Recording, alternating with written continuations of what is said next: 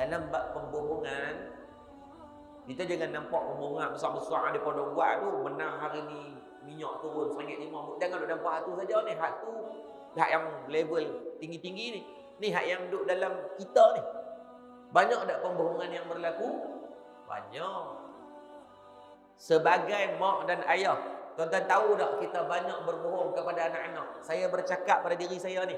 Mudah-mudahan kalaulah kena kepada kita semua, sama-sama ambil iktibar. Di antara pembohongan yang sangat kita tak sedar. Contoh, tuan-tuan nak keluar main masjid. Pagi ni kuliah duha kan? SOP dah tetapkan anak-anak berumur berapa belas bawah ni tak boleh main. So cucu kita nak ikut main. Anak kita nak ikut main. Duk raya kat pintu pagar tengok. Sebelum ni duk bawa, sebelum ni duk bawa. Nak ikut. Kita sabut ketika tu. Kita kadang-kadang kita berbohong tanpa kita sedar. Kita abang kata, ni abah nak kerja. Abah keluar ni ada sekian-sekian. Tuan-tuan menipu dia tanpa tuan-tuan sedar. Walaupun main kuliah ni. Lepas tu kita mohon dia pula. Saya tak buat lagi abah balik beli coklat, abah beli mainan. Sebab apa? Ketika tu dengan harapan anak akan senyap ke? Budak dia senyap ke bila janji bagi coklat, bagi mainan? Persoalannya kita buat ke tidak? Kita buat ke tidak?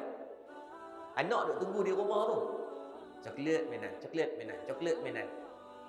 Kan? Sekali balik-balik sebab kita bercakap tadi kadang-kadang bukan kita nak buat pun sebab kita nak melepas diri lah bahasa mudah kan.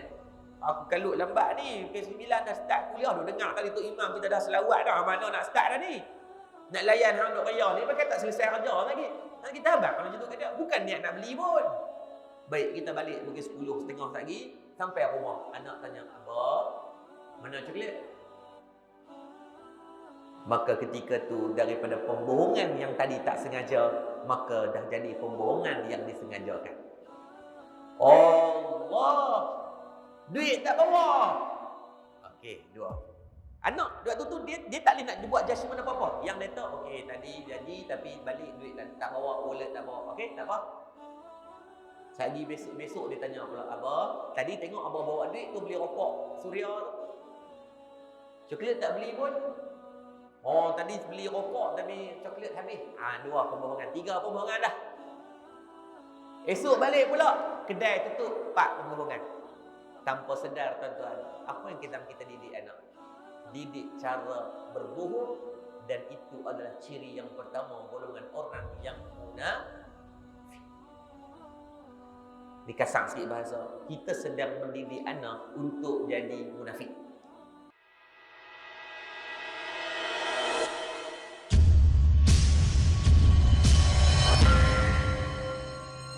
Bismillahirrahmanirrahim.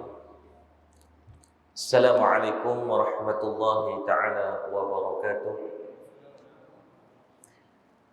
Alhamdulillah nahmaduhu wa nasta'inuhu wa nastaghfiruh. Wa na'udzu billahi min syururi anfusina wa min sayyiati a'malina. May yahdihillahu fala mudilla lahu wa may yudlil fala hadiya lahu. أشهد أن لا إله إلا الله وأشهد أن سيدنا محمدا عبده ورسوله. اللهم افتح علينا حكمتك وانشر علينا من خزائن رحمتك يا أرحم الراحمين. ربنا زدنا علما نافعا وارزقنا فهما. اللهم يسر ولا تعسر. رب تمم بخير آمين آمين يا رب العالمين. قال الله تعالى في الكتاب العزيز: أعوذ بالله من الشيطان الرجيم الذي خلق الموت والحياة ليبلوكم أيكم أحسن عملا وهو العزيز الغفور. صدق الله العظيم. وقال النبي صلى الله عليه وسلم: "Sayusibu ummati da'ul umami ya Rasulullah wa ma da'ul umami al-ashar wal batar wat takathur wat tanajush fid dunya wat tabaghut wat tahasud hatta yakuna al-baghyu aw kama qala rawahu Imam Al-Hakim." Yang saya hormati sahabat kekanda saya selaku pengurusi majlis. Lama tak jumpa kuih handsome. Yang hormati ayahanda pengurusi masjid, tuan imam, jawatan kuasa masjid, pegawai-pegawai masjid, dan ibunda-ibunda kita, masya-Allah, dia dalam bab mengaji, orang perempuan, orang lelaki tak boleh lewat. Sebab tu dalam dunia tidak pernah kita dengar kuliah muslimin yang ada kuliah muslimat. Orang perempuan yang rajin mengaji. Orang lelaki ni tak reti tak apa. Dia bila tak tahu. Senyap. Sebab bila kita kurang bercakap, dia tak berapa nampak, kita tak reti. Orang perempuan dia mengaji sebab dia banyak bercakap. Maka mudah-mudahan Allah memberikan kebaikan di atas pertemuan kita pada pagi ini di atas dasar satu. Kita nak mencintai Rasulullah sallallahu alaihi wasallam untuk kita menjejak daripada apa yang baginda Rasulullah SAW. Dan tak lupa kepada dua orang sahabat saya, masya-Allah. Kalau kuliah belah Pulau Pinang, tuan-tuan, mereka mesti ada sahabat daripada penuntut ilmu. Kalau nak cari menantu elok, dan kalau orang banyak anak tu lah ni kan. Usaha Allah bagi manfaat. Baik, kenapa orang bercakap tentang Rasulullah? Pihak masjid anjurkan majlis-majlis sebaik ini untuk kita sama-sama untuk mencintai Rasulullah melalui daripada mengenal terlebih dahulu. Secara adatnya manusia ni, bila dia tak mengenal sesuatu, maka dia tidak boleh jatuh cinta kepada dia. Anak kita balik, dia kata, "Mak, cik nak menikah." Tadi sahabat pengurusi dia kata, "Ustaz kahwin ke belum?" Saya dah ada 6 orang anak dah. Dah masuk, dia dah kahwin lah. Dah ada 6 orang anak dah. 2 meninggal, 4 lah sekarang anak saya semua lelaki. Isteri saya seorang main perempuan dekat lah. Bujuk perempuan. Maka kalau tak kenal, maka mana mungkin boleh jatuh cinta. Anak kita balik, abang kata, "Mak, abah cik nak menikah." Soalan pertama mesti kita tanya, hang nak menikah dengan siapa? Itu normal, mana semana manusia. Kita tanya dekat dia, hang nak menikah dengan siapa? Tengok-tengok dia kata apa? Dia kata, "Cik pun tak tahu siapa dia. Cik nak menikah ya?" Kita kata, ni tak mabuk pil kuda, mesti ayat ketum, tuan-tuan. Mesti secara adatnya ketika dia memaklumkan dia mencintai seseorang, dia kasih kepada siapa yang dia nak berkahwin tadi, adat yang paling first basic dia, rule nombor 1 dia, mesti dia kenal siapa yang dia nak cinta. Kita cinta kepada anak kita. Kenapa kita cinta? Sebab dia tu anak kita. Kita yang mengandungkan dia, kita yang berpenat pada waktu malamnya, berjaga malam saat dia kembung perut, saat dia menangis ketika dia berak. Dia berak ni kita bukan ada pilihan, kita basuh walaupun kadang mata ni tak ada buka. Yang orang pergi ambil anak duk cuci, tengok awak anak duk menangis ni, orang duk basuh berak dia, tengok-tengok silap anak. Hak berak anak bongsu, pergi buat basuh anak sulung. Payahlah kawan tu. Kita sayang dia sebab kita melalui proses pengenalan dan proses duduk dengan dia lama. Kita tahu anak kita nakai tara mana pun, tuan-tuan, kita tak ada satu hasad untuk membenci pun tak ada. Dia kena tangkap, duduk di balai, kita pergi ni marah ya amat, tapi sayang. Dia bergaduh, balik berkeli dan sebagainya, balik, sayang. Dia lawan cakap kita, sayang. Sebab apa? Kita kenal dia. Anak kita sama. Time kita tegak ni, dia tarik muka ni, tuan-tuan, Allah, com ni habis meta. Tapi mai kita duduk jauh dengan dia, rindu dia nak balik, nakal-nakal pun. 3 main, 7 main, anak kita pun sayang kat kita. Sayang. Kita hak main muka cengeng-cengeng ni, misal naik ke atas, taring tu masuk sampai lubang telinga. Mak ayah kita meninggal, sedih tak? Menangis sebab sayang. Maka sebab tu bila orang kata apa setiap tu orang duduk cerita pasal Nabi, sebab kita nak pupuk rasa sayang melalui rasa kenal dulu. Hari ni kita bimbang saat kita melihat ketika anak-anak muda kita, kalau tanya kat mereka idola mereka siapa dia? Kiblat idola itu telah beralih kepada siapa yang mereka selalu tengok. Oh, kami minat Sabiha, kami minat Mira Filzah. Kami minat siapa? Minat Nelofa. Kami minat siapa? Minat Cristiano Ronaldo. Minat siapa? Blackpink. Kan? Lisa, Jennie, Sabiha lagi. Dua orang lagi. Maka kiblat idola itu telah beralih sebab apa? Sebab anak itu setiap hari ditarbiah dalam kehidupan mereka pukul 7 malam dengan drama Melayu. Kan kata salah drama, saya tak marah tengok drama, tengok.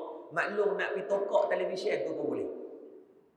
Tetapi janganlah setiap masa tarbiah itu, tuan-tuan ingat, dalam kehidupan anak kita, dia belajar tentang semua apa yang kita buat.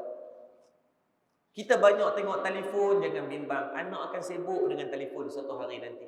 Kita sibuk dengan televisyen sampai tak tentu hala waktu semua nak tengok, tuan-tuan. Anak akan mencintai telefon. Anak akan mencintai teknologi. Macam mana kita cintai hari ini? Hai dok, dia kata, Ustaz, kami buat atas urusan kerja.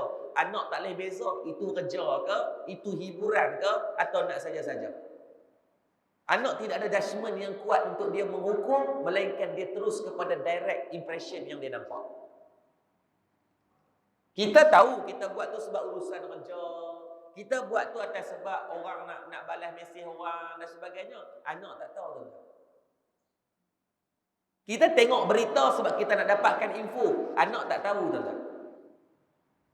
Pada dia tengok, oh abah dia pukul 8 dengan TV. Mak pukul 7. Cuk dah remote. Ada shift dia. 7 mak punya, habis dia drama, serah kepada bapak, sesi penyerahan kuasa lah macam PM kan.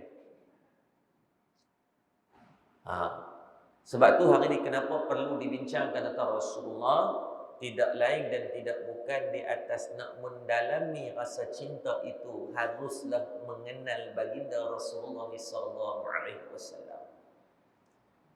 Kena bawa anak-anak. Ni nak buat macam ni SOP tak membenarkan, tak bawa budak kecil. Balik cerita ke anak. Duduk atas motor, bawa dia petang-petang pergi ronda. Kan? Lalu kok kawasan-kawasan ni cerita.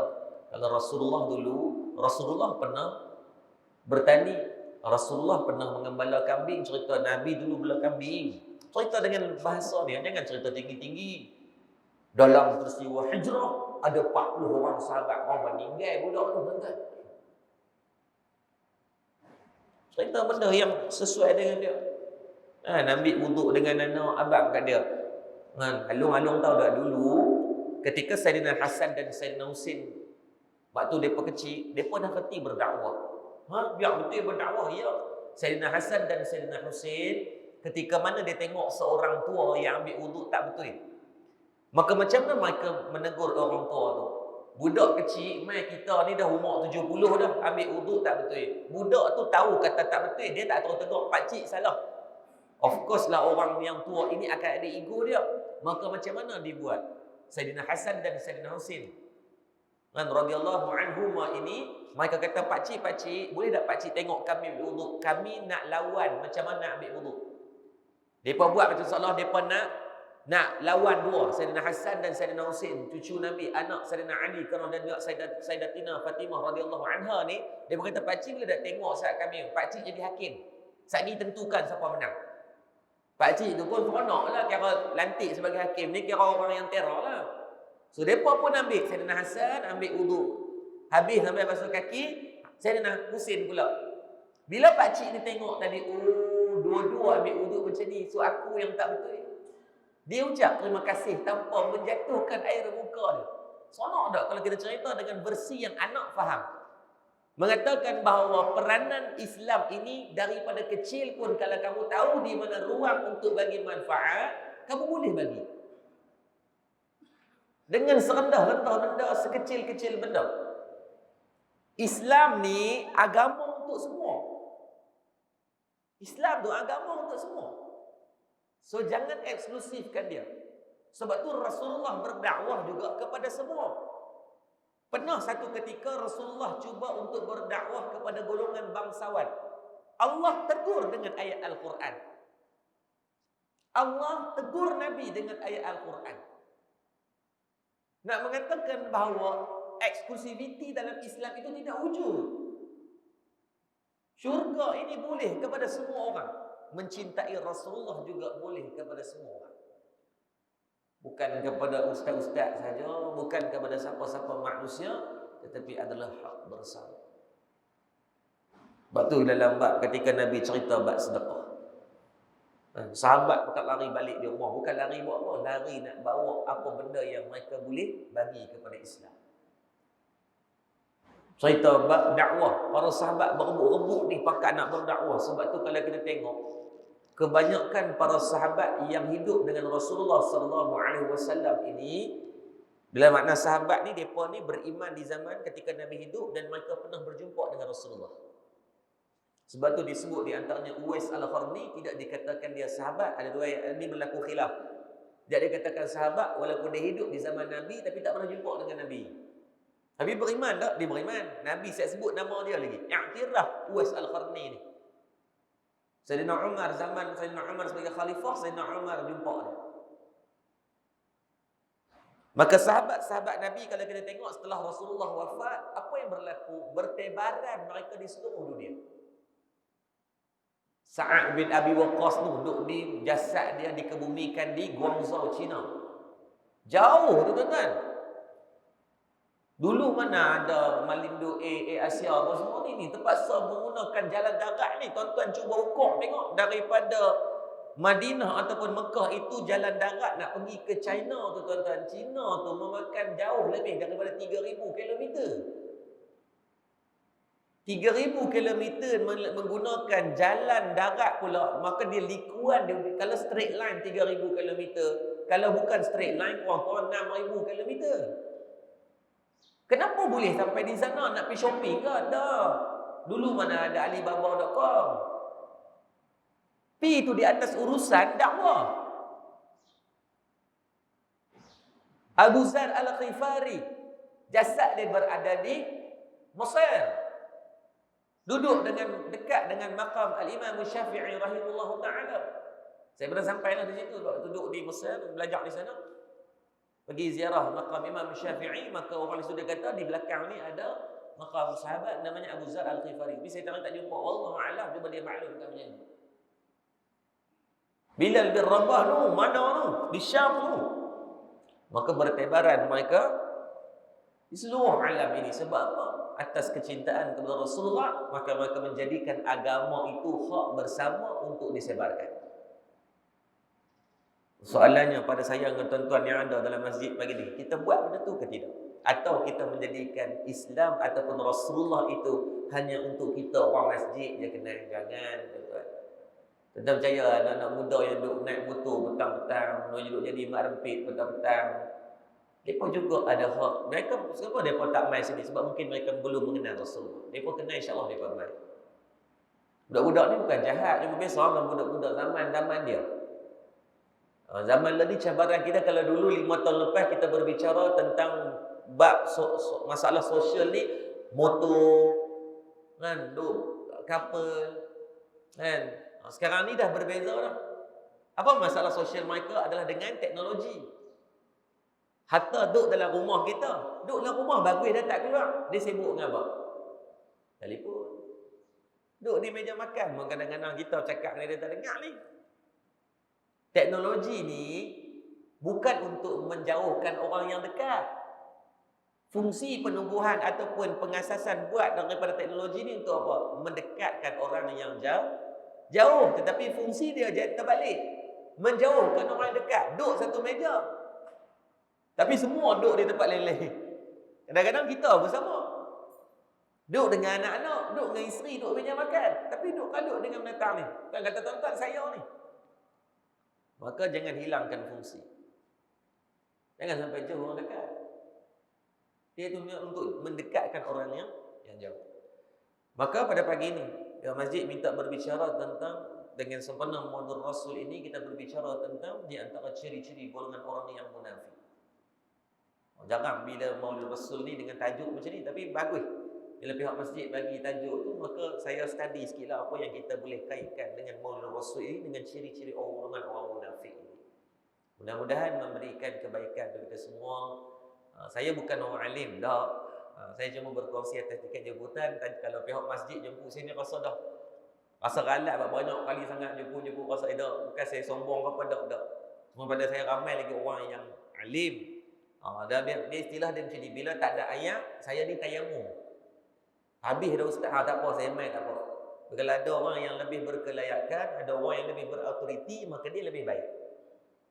Kerana sebab saya bukan kerja full time dengan ni, sebab pendakwah ni sebab saya suka. Saya ada perniagaan. Demai ni memang ada tiket untuk nak mengajak lah. Tu saya letakkan syarat untuk mengajak, saya tak akan ambil berapa duit. Itu prinsip saya. Tuan pagi saya tak nak mai dah. Tak apalah, pendakwah lain mereka jadikan itu sebagai pekerjaan mereka, sila, tak ada masalah. Menghormati mereka, tidak masalah. Cuma saya kongsi apa yang saya reti sikit. Yang tak reti kita rujuk kepada orang yang jauh lebih baik ilmunya, insya-Allah. Maka ada satu hadis yang saya buka di dalam kitab Sahih Bukhari. Hadis yang sangat masyhur, yang saya yakin daripada semua kita yang duduk dalam masjid ini, kita dah pernah dengar berkaitan hadis ini, berkaitan 3 ciri golongan orang yang munafik. Dan kita akan kaitkan tentang bagaimana hadis dalam kitab Syama'il Muhammadiyah.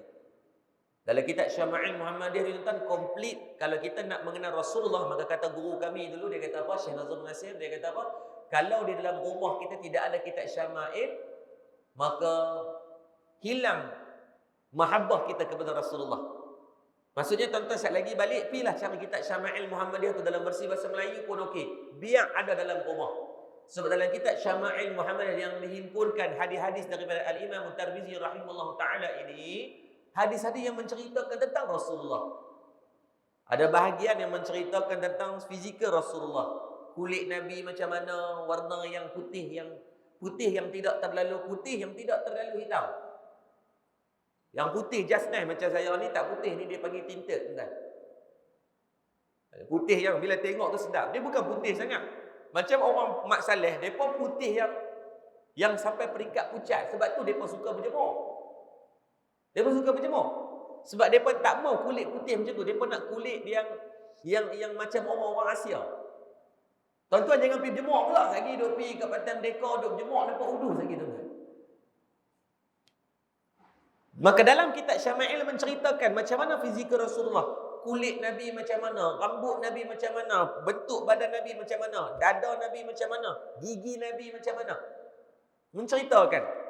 Barulah yang kedua, menceritakan pula tentang akhlak Rasulullah. Seorang sahabat datang bertemu dengan Aisyah radhiyallahu anha. Sahabat tu namanya Sayyidina Abdullah Al-Jadali radhiyallahu anhu. Abdullah Al-Jadali radhiyallahu anhu. Bila bertemu dengan Sayyidatina Aisyah radhiyallahu anha, of course orang yang mengenal ni adalah isteri Nabi sendiri.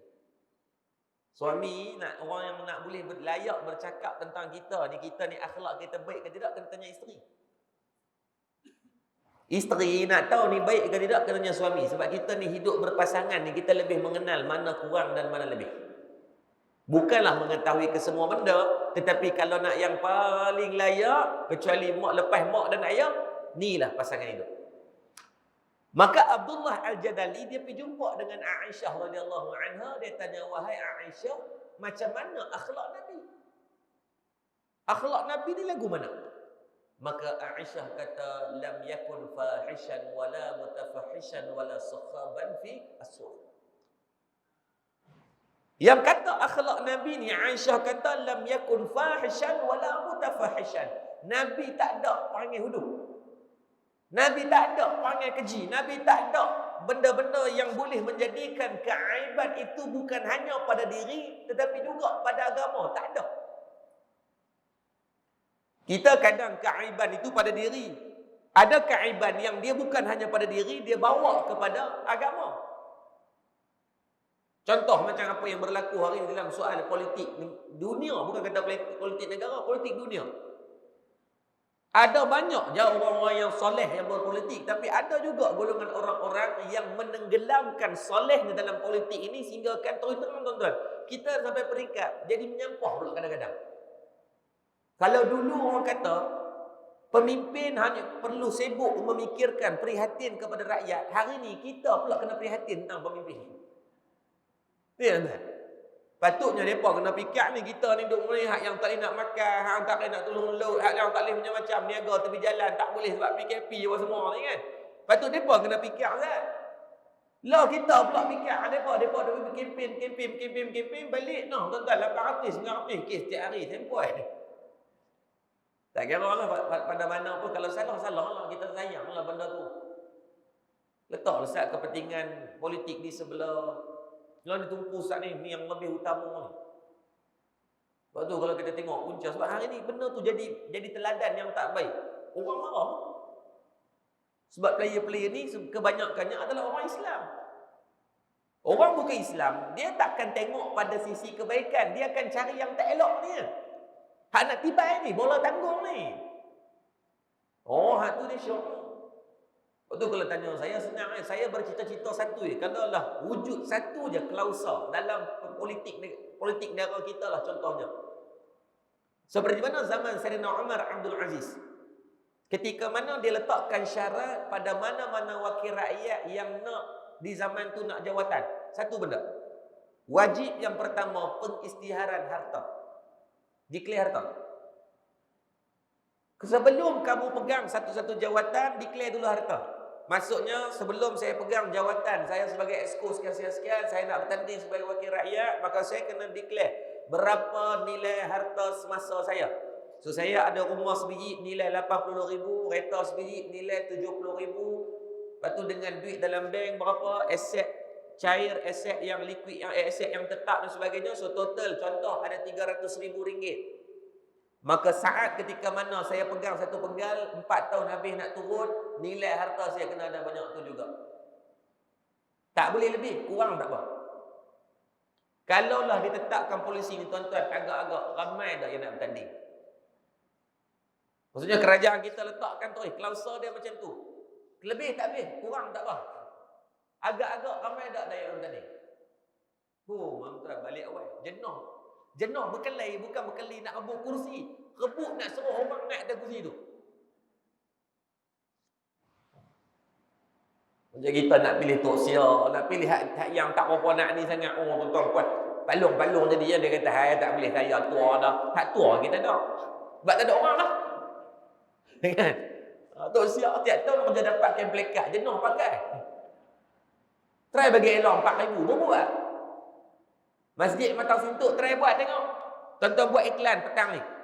Kita nak cari satu Tok Siak, kita bagi gaji grade 41. Mula 2,800, elong rumah 500, elong kereta 400, elong kerakyat 500. Total 4,500. Ramai tak mohon? Tapi kenapa jawatan Tok Siak ni tuan-tuan bincang seluruh dunia tak menjadi rebutan tu? Jarang siap manifesto saya akan memastikan masjid ni berkilat. Tak ada.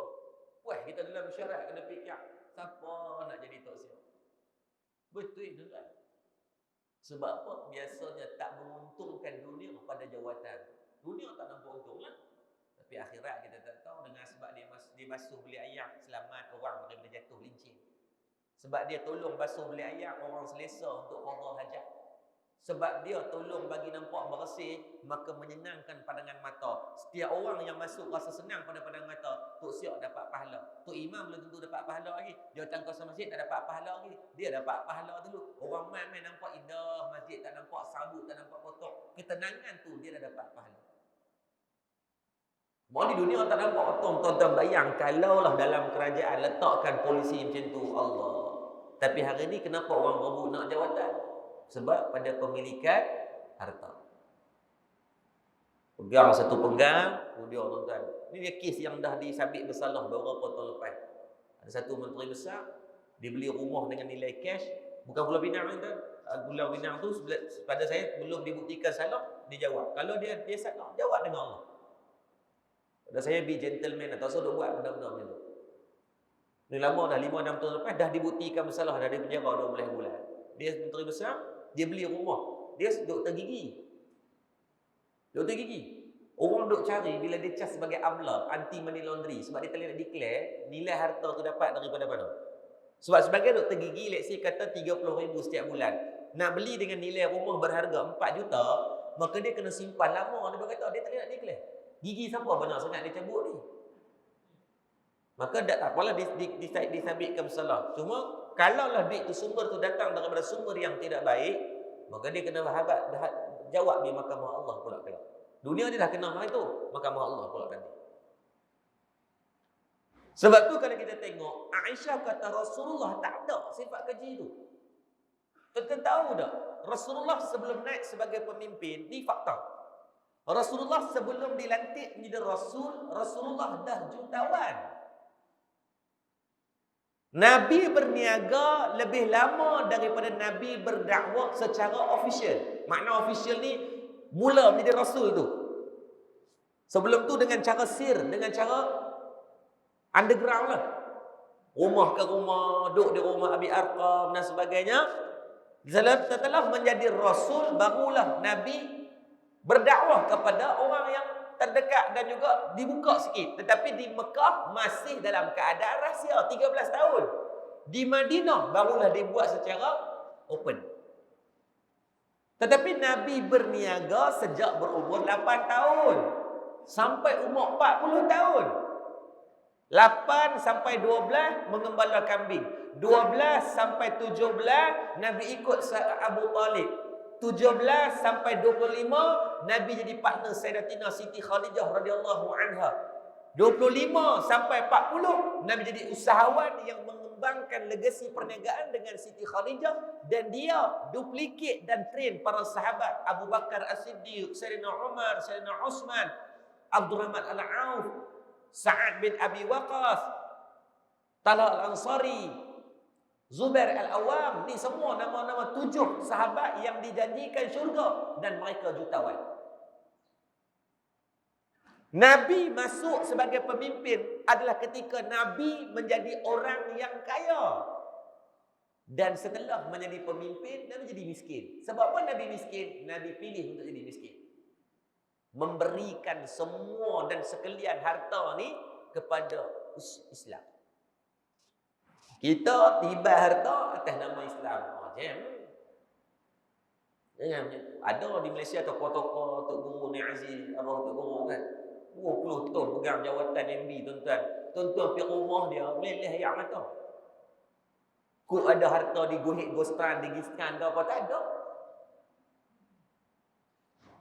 Tok Guru jadi, pergi rumah dia sekarang, tuduh 80 juta, 90 juta, duk pakai jubah RM100 tu, pakailah baju mahal sikit kalau ada 90 juta.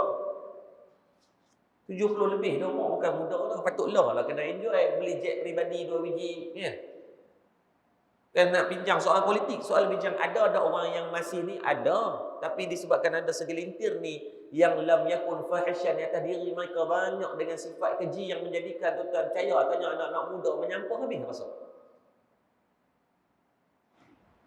Sebab tu pegang, letak sebelah Ustaz, warna-warna politik saya kira dalam ni ada macam-macam warna ni. Tak apa tuan-tuan, kita letak satu je, kita letakkan doa moga Allah bagi kebaikan kepada semua ahli politik kita. Meletakkan keutamaan perjuangan di atas apa? Letak di atas syariat agama terlebih dahulu.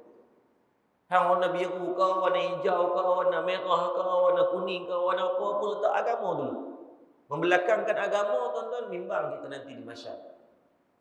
Bang Aisyah kata Rasulullah tak ada orang yang keji. Sebab tu daripada kecil orang kenal Nabi dengan gelaran Al-Amin. Ini bukan cerita umur 40. Daripada zaman Nabi muda, orang kenal Nabi dengan orang yang tidak bercakap bohong. Tuan-tuan pernah tak duduk saja kita duduk cermin, orang kenal kita dengan apa? Orang kenal kita dia dengan apa? Apa brand kita pada masyarakat? Kalau Allah takdirkan saya dengan tuan-tuan mati hari ini, agak-agak tuan-tuan, orang sekeliling kita ni akan bercakap tentang apa pada kita? Mari saya jumpa seorang pakcik di tikam batu.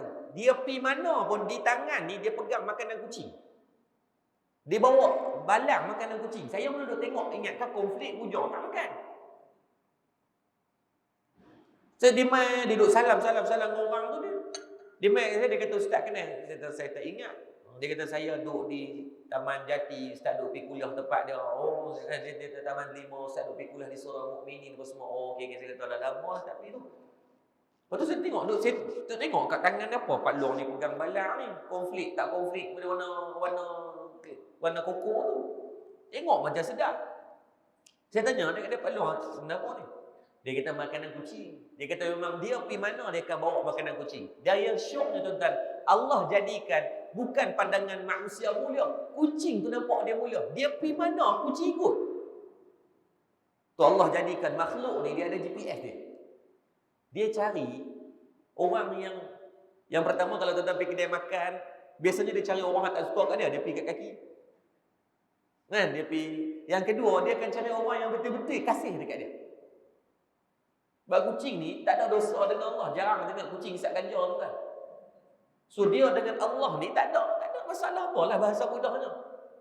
Dia lalu ya, kucing ikut meneru. Kita heran, kenapa lah? Patut dia kata memang dia hak tu daripada muda. Pergi mana pun dia bawa makanan kucing, dia cari kucing-kucing lain, dia bagi makan. Ya Allah. Mulia lah tuan-tuan. Sedang petang ni kalau tuan-tuan tak ada apa, ni saat lagi dalam pukul 2, pukul 3, tuan-tuan pergi dekat usin nasi kandang. Sehingga tadi tu. Pak Long Mat tu kan, dia buat apa? Bagi makan burung. Saya di rumah saya tepi tu ya, dekat kapung. Kalau 100 meter daripada usin nasi kandang. Saya satu tafih dengan Fauzi, anak Tokek Haji Farouk tu lah, anak usin nasi kandang tu. Tafih sekali dulu. Tuan-tuan dah 20 tahun. Pak Long tu hampir 15 daripada saya kecil lah. Saya ingat saya pada umur saya 9-10 tahun tu sejak beroperasinya Hasani daripada Hasani kepada Husin Nasi Kandang tu, dia orang jual buat tu ya. Dan saya rasa agak tidak keterlaluan lah saya kata mungkin Haji Farouk Hasani legacy ni bermurah rezeki dengan sebab tu lah. Dia lalu ya, burung puluh ribu mat. Lalu ya. Kalau Allah takdirkan dia mati tuan-tuan, agak-agak bukan pandangan manusia lagi. Apa pandangan ataupun kehilangan yang burung-burung tu akan rasa? Tuan-tuan, ketika dia pernah sakit, dia tak bagi makan tuan-tuan. Orang lain bagi makan, burung tak main mula-mula. Dia buat krrr, krrr, tuan-tuan, krrr, 10,000 orang. Seekor burung. Kita krrr, lebih orang lari. Orang je mulut cakap burung. Sampai orang kenal, dia ni kaki kencing. Orang siap panggil. Tuan-tuan, kencing mana? Potong kaki. Kencing orang. Jam tu.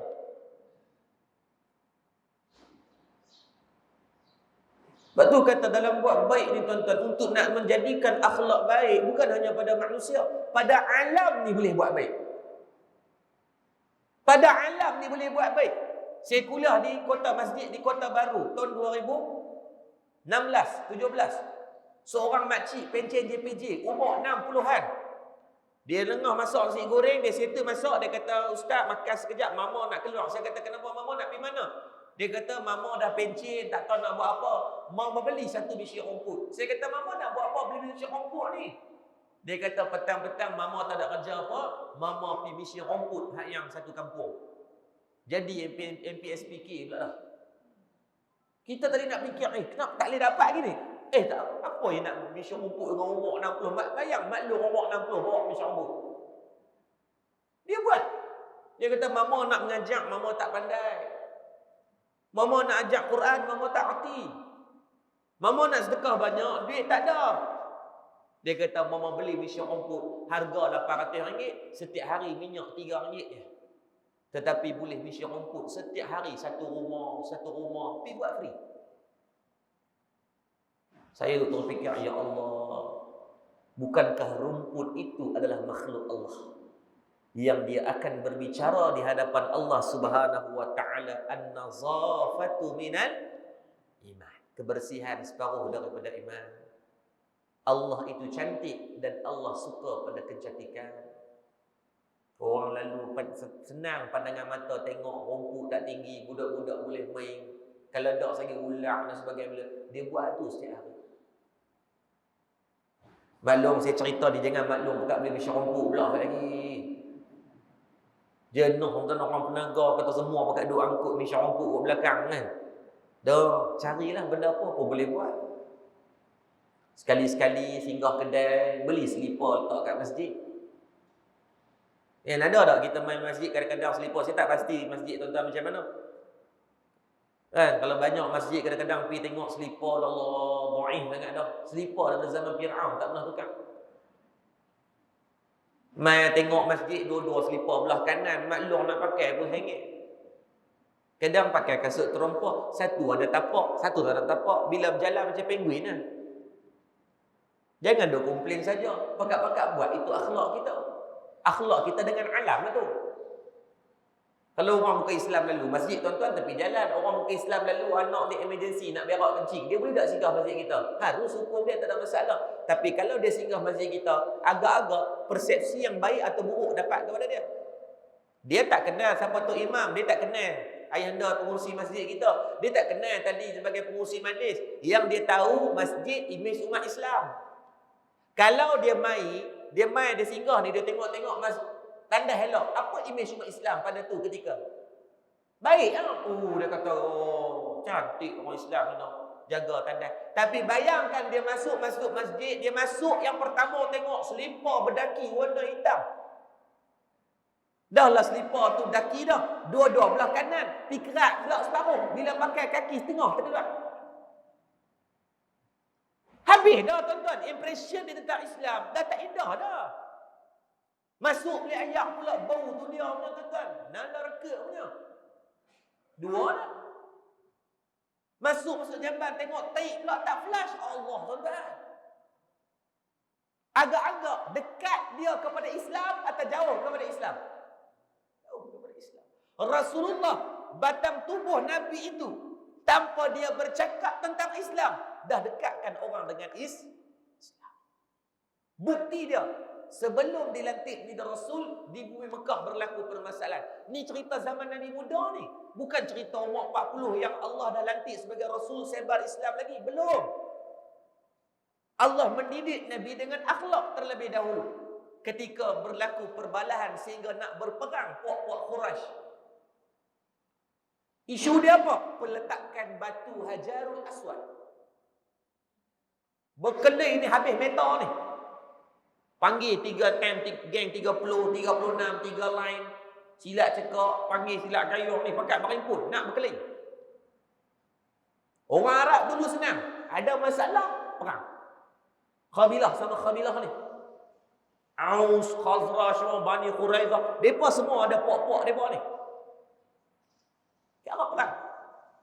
Sampailah seorang daripada orang tua di Mekah, dia kata, tak payah duk perang, kita nak buat keadilan. Siapa yang nak kena letak yang paling layak untuk meletakkan batu Hajar Aswad, kita minta satu hakim. Hakim ni nak pilih macam mana? Secara senyap-senyap perbincangan daripada puak-puak pemimpin Qabilah ini, kita tengok siapa yang paling awal masuk besok. Siapa yang paling awal masuk dalam pintu Kaabah, maka dia kita lantik. Allah takdirkan dengan aturan Allah, orang yang paling awal tanpa Nabi sedar, Nabi SAW, Muhammad bin Abdullah. Bila puak-puak Quraisy, pemimpin setiap Bani Qabilah tengok Muhammad bin Abdullah, ada yang bangkang tak? Tak. Sebab semua kenal siapa Muhammad bin Abdullah yang ketika tu belum pun bercakap tentang Islam. Sebab pada batang tubuh Nabi SAW itu sudah mencerminkan akhlak yang baik pada pandangan orang. Tapi kita, kadang-kadang kita yang merosakkan imej Islam. Duduk kat masjid sembang, perong. Jangan marah, kita cengih bila sebut bab rokok, dia cengih tengok pengajar tak ni. Apa kita doakan semua yang dalam ni ayahanda-ayahanda yang merokok berkat bulan kelahiran Nabi SAW, saya sumpah ayah-ayah berhenti rokok. Amin. Takut nampak macam amin nak takut tu. Jangan takut, amin je lah. Kan lebih baik kita mati dalam keadaan yang tidak ada. Dia kata, walaupun tuan-tuan nak pegang dengan hukum makruh, saya tak tahu tuan-tuan jumpa mana hukum makruh tu. Dia kata ada ustaz tu bang, sebab isap tu isap rokok juga biasanya. Tak apalah, doa lah. Dia nak tahu benda tu baik ke tak baik, tuan-tuan macam ni. Saya nak tanya yang dalam ni jujur. Berapa ramai yang nak anak isap rokok? Cuba angkat tangan. Memang dia nak anak dia isap rokok. Pergi jumpa tok guru pun biasa minta lembut hati, dia kata, ustaz tolong doa bagi anak saya isap rokok dah. Ada tak? Tak ada. Tuan-tuan dia tahu ustaz tak isap rokok, tak apa ustaz cakap, tuan-tuan saya tengok depan mata saya almarhum Ustaz Murtaza, abang saya. Dia isap rokok dulu tuan-tuan. Tetapi beberapa tahun sebelum dia meninggal dunia, dia boleh berhenti. Kalau dia boleh berhenti, takkan tuan-tuan tak boleh? Dia tu ustaz juga. Dia pernah merokok. Lama bukan ni. Dalam keluarga kami, dia seorang. Tetapi sebelum meninggal dunia, 2 tahun sebelum meninggal dunia, dia berhenti. Dia berhenti.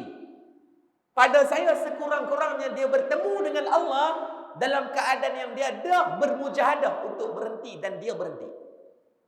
Persoalannya kita yang berapa hari nak berjumpa dengan Allah ni, nak bawa ke yang nafas kita setiap hari menyedut benda yang memberi mudarat pada tubuh, yang Nabi kata wa'an jismihi fima ablahu, akan didakwa kepada semua termasuk saya tentang jasad dan tubuh badan kita jaga macam mana. Saya yakin tak ada orang yang duduk dalam masjid pagi ni, sama ada ibu inda kita ataupun daripada ayahanda kita, yang nak anak dia isyak rokok. Sebab kita tahu benda tu tak elok. Malah kita pesan ke anak, hampa jangan isyak rokok. Dia isyak rokok, dia pesan ke anak dia, hampa isyak rokok, aku labuh sampai lembek. Anak kata patut kita labuh pak dulu.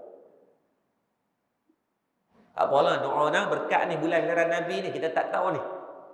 Doa siapa yang Allah nak makbulkan, tetapi insya-Allah kita mohon kepada Allah. Tak, jangan putus asa. Ada orang yang dah 100 kali dia cuba nak berhenti, tak boleh juga sampai 101 kali Allah izinkan. Ada orang dah 1000 kali dari zaman muda menikah dengan isteri. Isteri kata, abang dah lah padan-padan. Sampailah boleh cucu, tak berhenti-berhenti. Insya-Allah dengan asbab berkat dapat cucu, Allah bagi berhenti. Jangan putus asa. Better late than never. Biar lambat daripada tak berubah langsung. Waktu akhlak Nabi, batang tubuh Nabi itu dah dikira sebagai dakwah. Tak perlu Nabi bercakap. Hatta bukan ketika Nabi hidup, setelah Nabi wafat, orang masih masuk Islam dengan akhlak Nabi.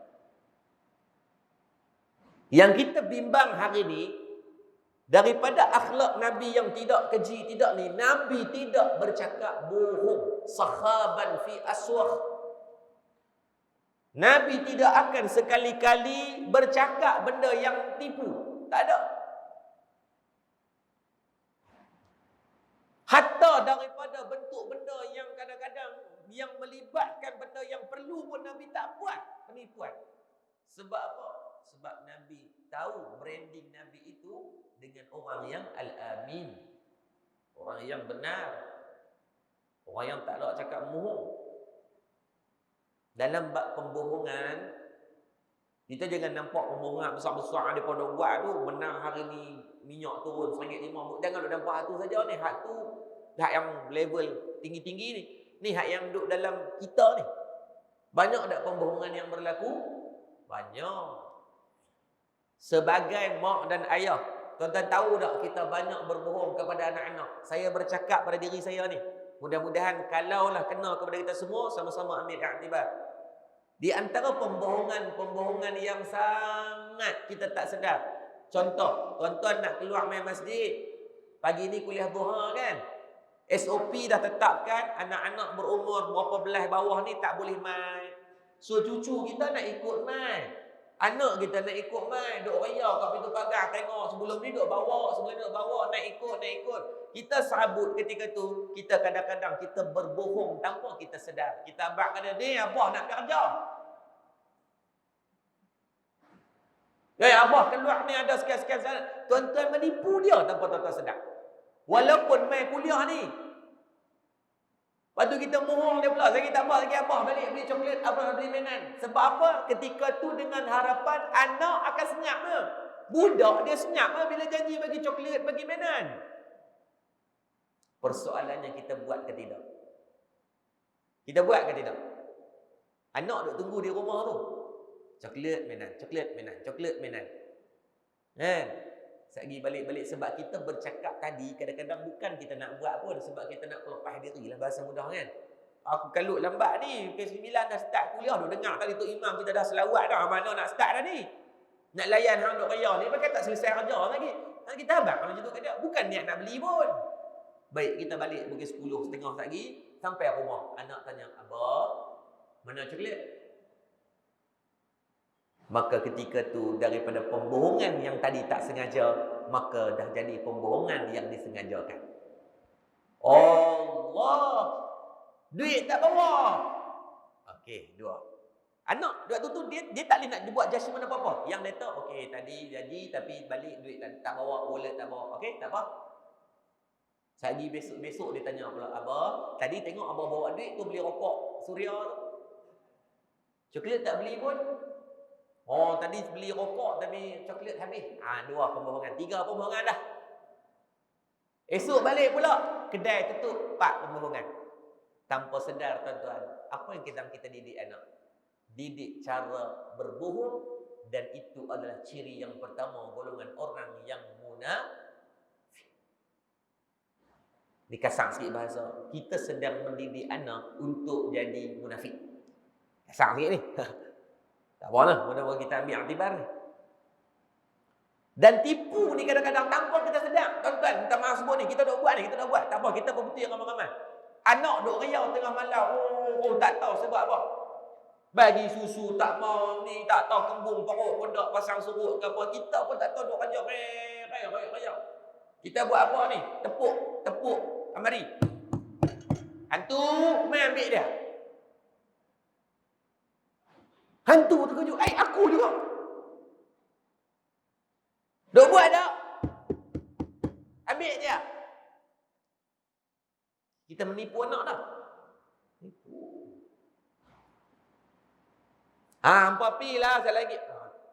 Gempak dia. Kita buat benda-benda yang tak ada untuk apa? Untuk kita mentarbiah dia. Cara menipu dengan cara yang halus.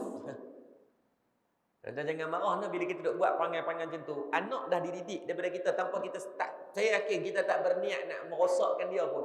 Kita buat tu kan atas niat kapasiti kita. Niat memang nak mendidik, tapi matlamat tidak menghalalkan cara. Jangan tipu dia. Nak main kerja, mak kerja. Tak apa, budak ni dia menangis, dia akan berhenti. Jarang menangis 24 jam. Dia akan berhenti, dia akan lupa. Tapi kalau tuan-tuan janji, cakap, dia akan ingat.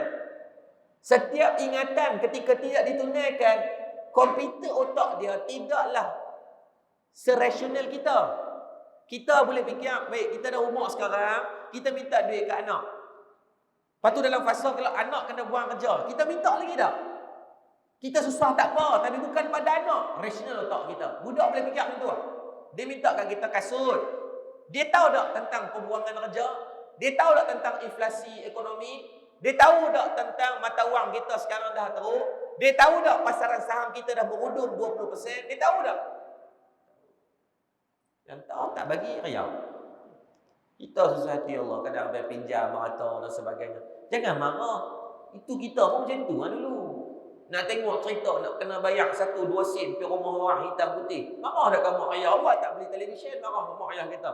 Kalau mampu bukan televisyen, dia beli panggung wayang tak dalam rumah. Tapi ketika tu judgement kita sama anak-anak kita sekarang. Jangan marah. Jangan tipu. Risau dia menangis. Tapi tuan-tuan, kalau mendidik dengan penipuan, maka bimbang-bimbang suatu hari nanti kita pula yang akan menangis sebab ditipu.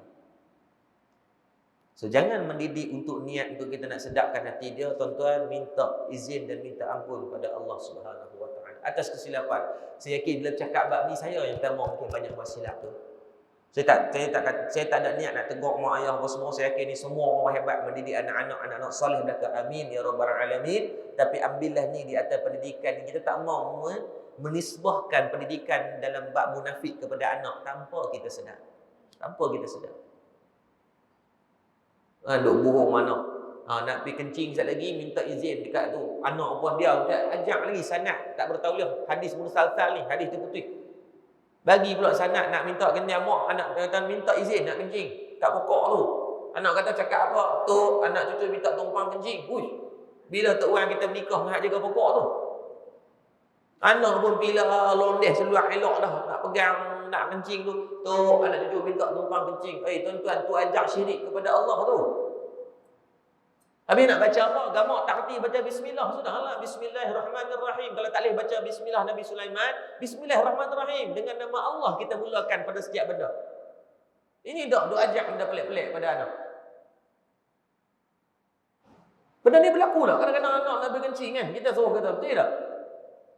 Bukankah kita mengajar dia untuk bergantung selain daripada Allah tanpa sedar? Jangan lupa. Tak boleh yang lepas kita betul ya. Tak payah. Kan? Bila bercakap kadang-kadang keluar tak pernah tak dengar ayat simpang 44 malaikat. Bila kita mengeluarkan perkataan tu? Bila tengok benda-benda hati elok tu tak? Tengok accident, tengok rumah terbakar, tengok anak orang buat jahat, kita kata apa? Simpang 44. Tuan-tuan sebutkan pada saya, siapa 44 malaikat yang kamu minta simpang? Makna minta simpang ni minta jauhkan. Dalam Al-Quran hanya ada satu sahaja malaikat yang tidak taat kepada Allah, yang Allah laknat dia. Siapa? Iblis. Hak 43 lagi siapa dia? 43 lagi siapa dia? Jangan pandai-pandai. Rukun iman kita salah satu ni apa? Beriman dengan para malaikat. Minta simpang ni, minta dijauhkan. La ilaha illallah. Siapa yang mula mengasaskan perkataan ni? Dan banyak dalam masyarakat kita. Minta maaf sebut ni. Banyak tak? Banyak. Tak apalah, kau betul. Anak pun ikut sampelnya minta simpang 44 malaikat. Patutnya minta simpang 44 jin iblis. Senang. Yang malaikat nak bawa rahmat, malaikat yang nak bawa rezeki yang Allah jadikan mereka perantara, kita minta simpang. La ilaha illallah. Dalam perkataan ni. Benda-benda yang asas-asas ni pun banyak pun tuan-tuan. Saya sendiri pun kadang-kadang mungkin terbuat. Moga Allah ampunkan. Betul akhlak Nabi tak ada. Yang kita pernah berbohong, moga Allah ampunkan dan memberikan taufik hidayah, memimpin hati kita balik. Boleh? Kita tak duduk bincang besar-besar. Pemimpin mereka akan ada mahkamah mereka. Itu je. Hari ni kita pula janganlah kita duduk sibuk sangat cakap pasal mereka tak berhenti. Tuan-tuan, rugi amal kita nanti. Sebab tu saya yakin semua ni ada pegangan politik. Saya sendiri pun ada. Malah saya juga terlibat dalam parti. Tetapi saya mengambil inisiatif untuk tidak bercakap soal politik di media sosial. Sebab apa? Saya takut kalau saya cakap tu betul, mungkin kebetulan. Kalau salah, dikira fitnah. Dan saya tak boleh nak takbir hati saya ni. Saya tak tahu, mungkin saya duk komplain, duk aib orang, duk cakap pasal buruk orang. Mula-mula nak cerita tentang Imam Nawawi kata harus hukum dia menceritakan kesalahan orang dengan niat orang tak terus kena dengan dia. Harus hukum dia. Tetapi persoalannya, boleh tak didik hati niat kita bercakap untuk benda tu? Takut-takut sampai peringkat kita mendidik hati bercakap buruk tentang orang, keaiban orang di atas kepentingan diri. Yang tu yang saya takut. Saya tak mampu buat. Sebab tu tuan-tuan buka Facebook saya tak pernah cakap buat politik. Walhal saya ada dalam politik, ada. Sebab saya tahu amal saya tak banyak. Saya bimbang muflis di padang mahsyar sebab duk cakap benda yang bukan bidang kita. Benda yang bukan di atas kita tahu kesahihan benda tersebut. Biar politik ni benda yang unik. Kita akan bercakap, kita akan komen, kita akan menulis di atas kepentingan. Mau kena kat geng kita tulis benda, cari benda yang elok-elok. Mau tak kena kat kita tibai tengah hari. Hak yang kita yang tak apa nak tahu apa, tiba-tiba ada duduk sebar semua benda. Oh, tuan-tuan jangan cari pasal. Umur 70, 80 kubur kat tepi rumah kat tepi dah ni. Cara adatnya. Sembang di kedai kopi tu kadang-kadang lebih daripada ahli parlimen. Ahli parlimen boleh allow, hang boleh apa? Kan kata salah nak sembang buat politik. Islam membenarkan as-siyasah. Tetapi hati-hati mentakbir. Sebab yang keluar tu takut pembohongan, kita menjadi lidah-lidah yang menyampaikan pembohongan. Hati-hati ni, zaman law ni hati-hati. Media sosial ni tuan-tuan, kalau dulu bila kita cuba cakap bohong, penyebarannya sangat terhad. Saya sembang dekat Tok Imam, saya sembang kat pengurusi sembang kat orang lain, dia lambat kitaran dia. Dia panggil MLM tu lah, multi level marketing tu, dia pergi satu. Yang tu pecah 2, baru 4. 4 bagi pula 8. 8 bagi pula 16. 16, 32. 30, 64. 64. Dia macam tu, lambat. Tetapi hari ni, apa yang berlaku? Dengan media sosial, within 1 second. Dalam 1 saat, dia boleh sampai kepada ribuan orang. Dan yang lebih susah hatinya kita, bila dah sampai kepada ramai orang, kita tahu benda tu salah, kita delete. Macam mana kita nak cari siapa yang dah terbaca fitnah ataupun pembohongan kita? Tak boleh. Kalau dulu senang, saya pergi jumpa pengurusi kita, Ustaz, tadi saya tersilap ni, benda tu tak betul sebenarnya. Dia pun tahu siapa yang mungkin dia dah mungkin sabar, dia pun buat benda yang sama. Oh, tadi Ustaz aku dah bagi tahu dia tersilap abang. Noh hang duduk ni apa? Settle lah. Tapi kalau dengan zaman hari ni, boleh buat macam tu dah. Sebar ke WhatsApp dengan amalan-amalan hadis palsu contohnya. Bila masuk bulan Rabiul Awal akan diampunkan semua dosa dengan buat sekian-sekian. Hadis tu tak wujud pun disebarkan. Lepas tu dia pula bawa urutan, tak sebar pada 10 orang nanti kena petir. Maklum tu dengar ketak tengah-tengah. Forward habis ni ke anak menakan, pak menakan, cucu menakan, ex husband lah apa semua hantar habis. Takut kena petir, maklum takut kena petir maklum. Kawan tu urut saya tak sebar mesej tu, maklum kena petir. Oi, dia kata tak maulah Ustaz, maklum mati kena petir tu, dia kata. Sebar. Tengok-tengok tahu hadis palsu. Maklum nak buat apa? Dah hantar dah ke orang, kawan tu pula takut gak kena petir. Petir tu pun rasa penting, aku juga kena. Sebar habis. Hati-hati. Yang pertama. Yang kedua kata Nabi SAW dalam bab munafik ini, yang pertama haddatsa kadzaba wa idza wa'ada akhlafa. Apabila pada orang yang munafik ini, pada dia ni dia mengingkari daripada menepati janji dia. Janji sekian-sekian, janji ni sekian-sekian, maka dia menidakkan. Ni sama dengan konteks tadi pada anak kita. Kita janji tak kepada anak?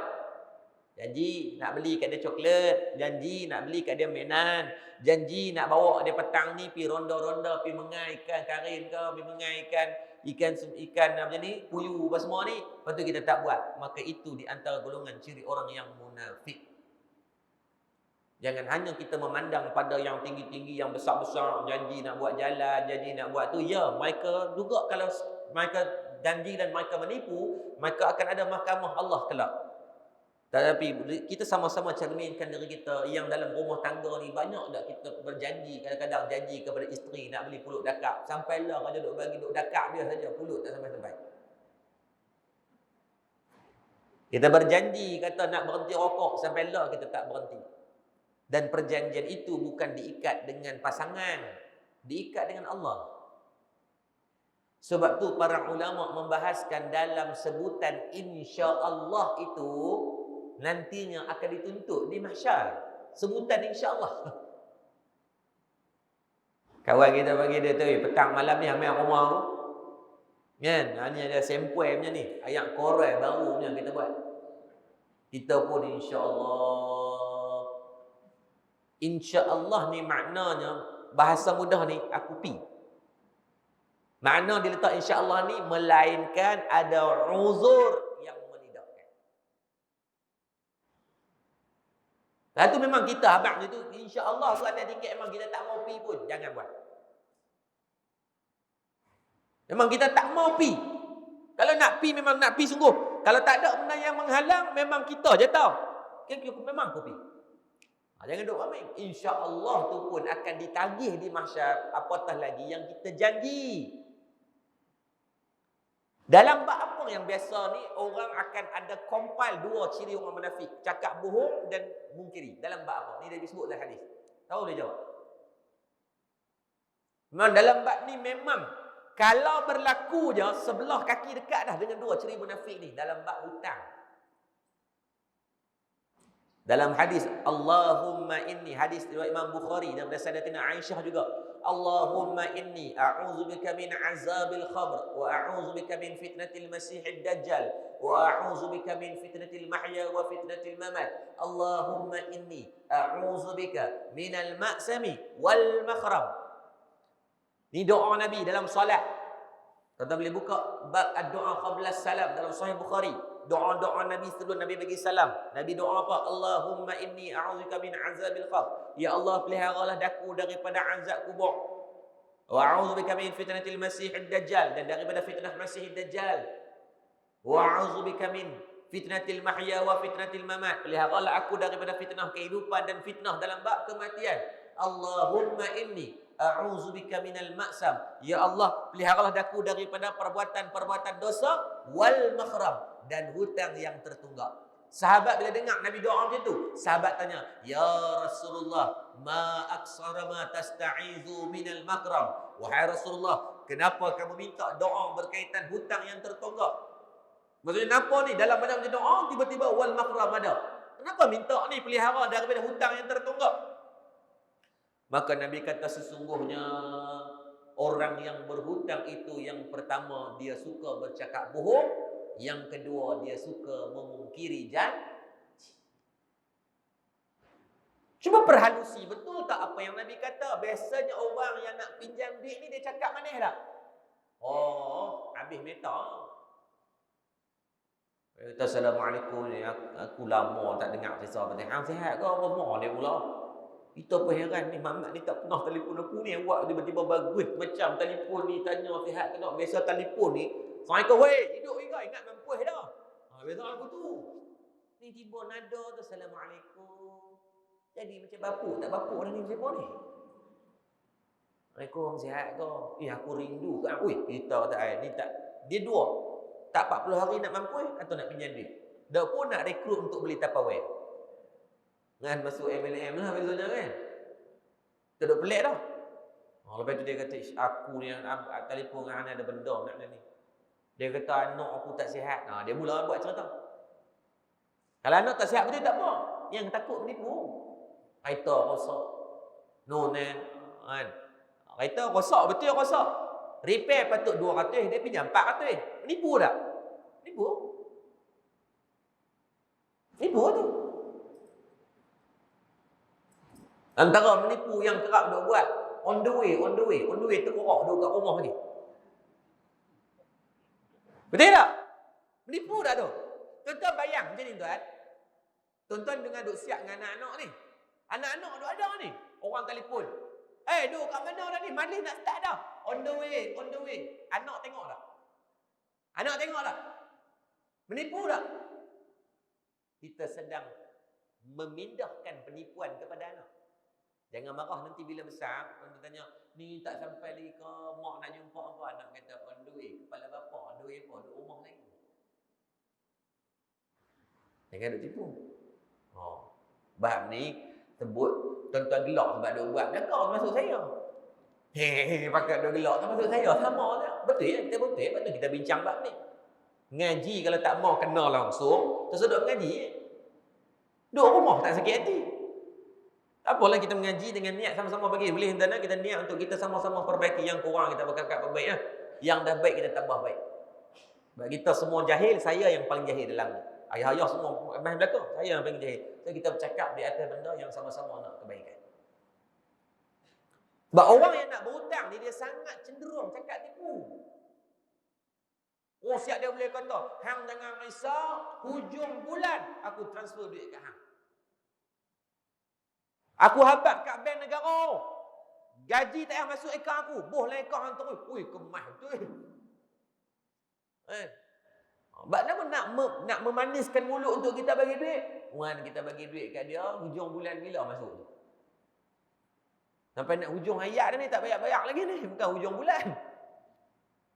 Kan? Maka dia compile. Yang tadi mula-mula berbohong, yang kedua dia janji hujung bulan, dah sampai hujung tahun tak bayar-bayar lagi. Maka dah dikompilekan dua daripada ciri golongan orang yang munafik. Bagi dalam bab berhutang, eloklah kalau boleh. Elokkan. Berhutang ni dia menyakitkan diri dan dia menghilang keberkatan. Berhutang.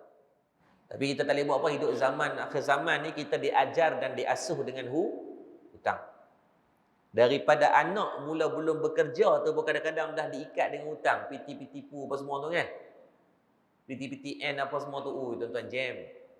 Anak tak ada keluar ajar ke ni, dah diikat dengan hutang. Keluar tu dia PTN duk sebayang lagi ni. Lepas tu hutang pula lagi, beli kereta, beli rumah. Maka sebab tu kita tengok hari ni, dari segi pemilikan hartanya nampak banyak tetapi biasanya nampak sangat tak cukup. Orang dulu-dulu kan buat bendangnya. Kan harga padi satu tan berapa ratus sangat. Lah nampak banyak 1,000 lebih sikit tu subsidi dipenaikkan kan. Kalau dulu ni tuan-tuan buat bendang mungkin dapat 50, 80, 100 je serelung. Nak banting tulang nak boleh pula satu tan tu tuan-tuan meninggal balik awal menyuluk dalam bendang. Tapi cukup tak dulu? Anak 7, 8 orang, ayah saya imam masjid Abdul Rahman, masjid dalam Pekan tu, masjid lama dalam Pekan tu. Kami 9 beradik, semua duduk sekolah tahfiz, sekolah agama rakyat ni. Setiap bulan yuran RM80. So 9 beradik kali dengan RM80 sekitar RM800 paling busuk-busuk. Itu yuran, duit belanja sekolah untuk perluan rumah. Itu semua nak kena kira juga sebab arwah mak saya meninggal waktu saya kecil. So ayah saya yang duk jaga semua. So imam masjid ketika tu allowance saya rasa mungkin dalam RM300. Yang confirm dapat tiap tahun kan pelekat cap gajah duduk. Yang tu confirm buat bonus tahunan dia. So terang wallahi sampai sekarang saya tak boleh nak fikir macam mana. Yang pertama ayah saya tak ada hutang kereta, tak pernah dia hutang kereta. Kereta semua dia beli dengan apa yang ada, belum beli van PBN 665. Saya masih ingat van Vanet tu. Van tu lah yang menjadi pengangkutan utama kami selama beradik. Ayah hantar pergi sekolah, duk balik Terengganu sebab roh mak saya orang Terengganu, so setiap tahun kami balik Terengganu. Lepas tu kereta kedua saya beli kereta Datsun lama tu. Memang lama. Hak tu pelik dia PE, nak sebut tak apa nak best sangat, PAN. Pergi jual je lah, bagi free je lah kereta tu. Pelik jual. Lepas tu saya tengok, baby ingat-ingat balik, ayah saya tak pernah berhutang, rumah tak hutang. Ada duit nak sikit, tak ada duit, tak payah buat. Pernah dulu kecil-kecil, kami macam berontak, kata, Pok belilah kereta elok sikit. Waktu tu nak beli kereta Wira. Belilah kereta Wira. Bila cek-cek balik, tu Datsun tu harga 6,000 cash waktu tu. Kalau Wira harga waktu tu 22,000 kot. Ayah saya kata, tak ada, kita ada ladan hak ni je. Kita beli apa yang kita boleh guna. Padahal boleh tak buat loan bank? Boleh. Boleh buat loan bank, tak ada masalah kan. Tapi tak buat.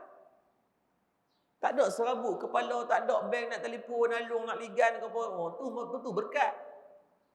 Kita hujung bulan duk pening dah hari ni. Sebab tu kata tak apa, kita dah terlibat dengan hutang, cuma minimalkan sikit. Bank negara keluarkan kajian, dia kata apa, setiap bulan akan keluar 1,000 orang muflis disebabkan hutang. Yang paling teruk adalah kad kredit dan hutang kereta. Ni rusuh anak muda ni.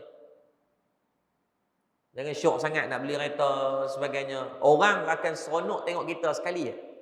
Tuan-tuan beli kereta Honda, beli apa semua. Orang seronok puji sekali je. Tapi kita nak tanggung setiap hari. Hang kemas tu. Hang baru kerja nak kereta Honda. Sekali tu ya. Jarang setiap kali. Hang nak Honda. Mampu habis. Dia tak buat dah. Kan? Maka biar berbaloi. Kalau anak kita nak beli, staff saya senang. Staff di Darul Murtada, siapa nak beli kereta, saya tanya, kenapa you nak beli tu? Kenapa dulu? Sebab pada saya tanggungjawab sebagai majikan, saya kena pastikan. Sebab banyak staff saya anak muda, saya kata jangan. Kalau betul saya nak pakai untuk lifestyle yang kamu akan terbeban setiap hari. Sebulan 450. Kalau kereta rosak, kereta nak kena beri minyak, setiap minggu nak kena basuh, itu semua kos. Jangan nampak pada 450 sebulan, kamu kena upgrade 800 sebulan. Kalau tak ada kereta, kena beri minyak. Pergi dekat stesen minyak buat apa? Saja nak habis duit beli minyak, bawa buat balik dah. Tak ada, tapi kalau ada kereta, kena beri minyak dah. Tuan-tuan bukan wali. Anak tuan-tuan pun bukan wali, beli kereta tak beri minyak. Kita dengar cerita ada wali yang pergi kuliah tak pernah beri minyak. Ada. Kita wali tak? Kita kuali je. Lepas tu elakkan daripada berhutang.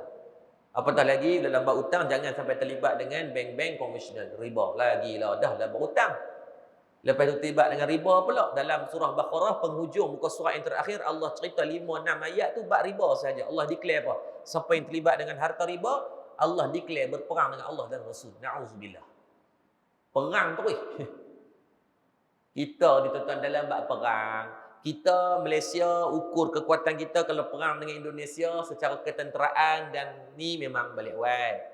Ni saya bercakap bukan nak downgrade tuan-tuan. Saya 4 tahun pegawai tentera.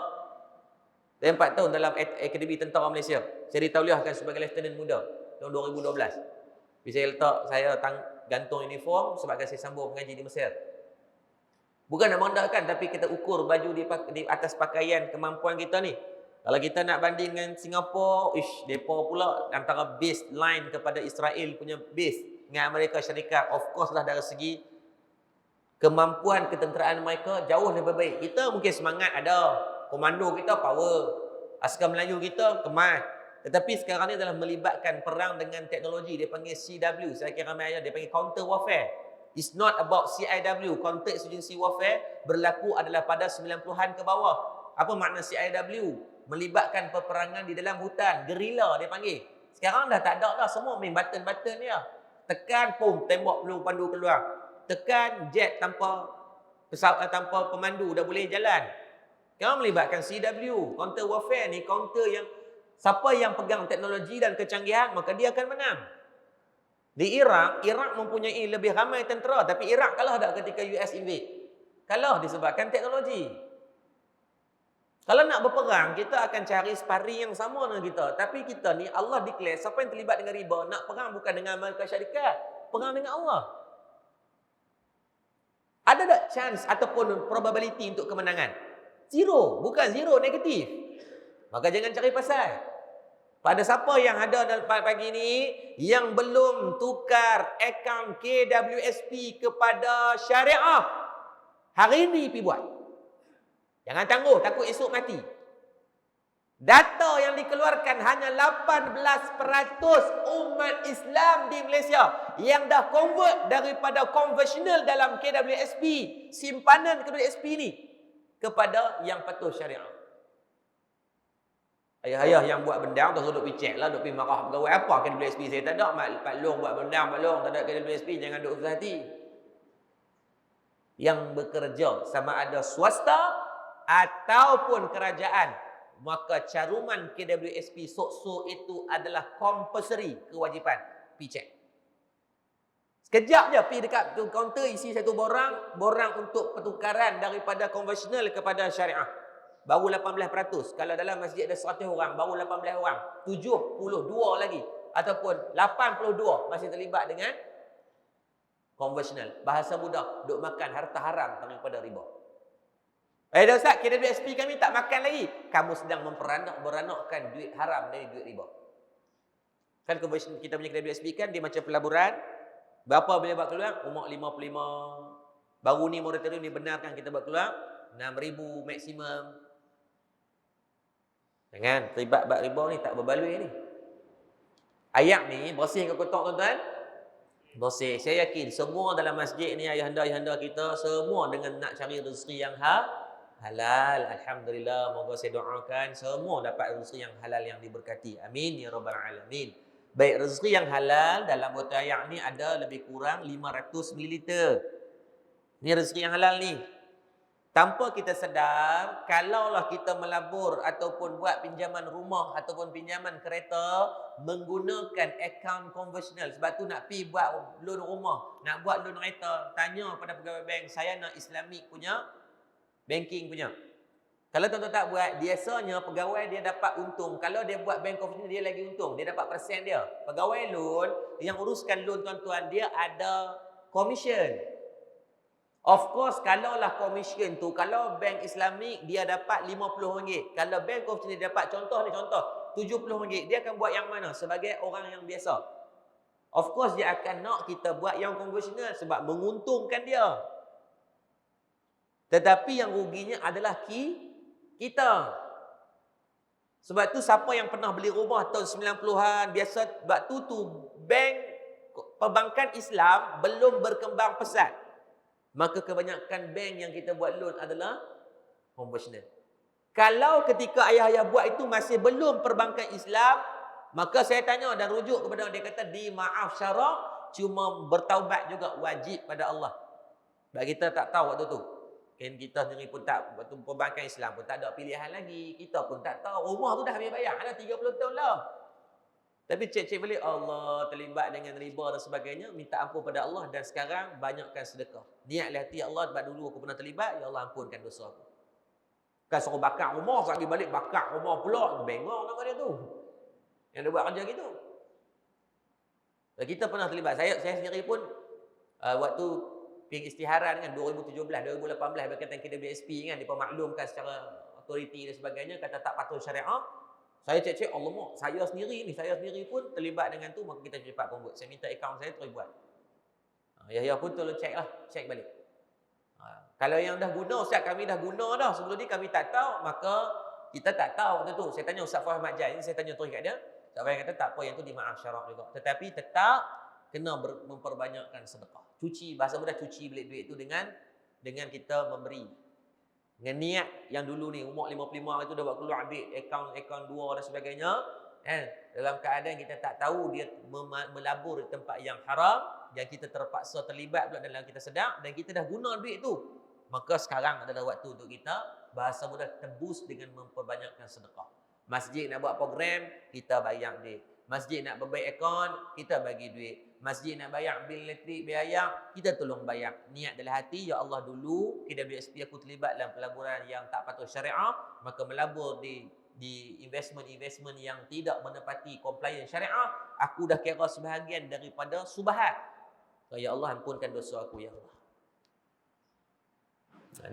Itu berbalik pada tadi, hutang menghilangkan keberkatan. Maka mula dari saat sekarang, nasihat pada anak-anak, minimalkan hutang.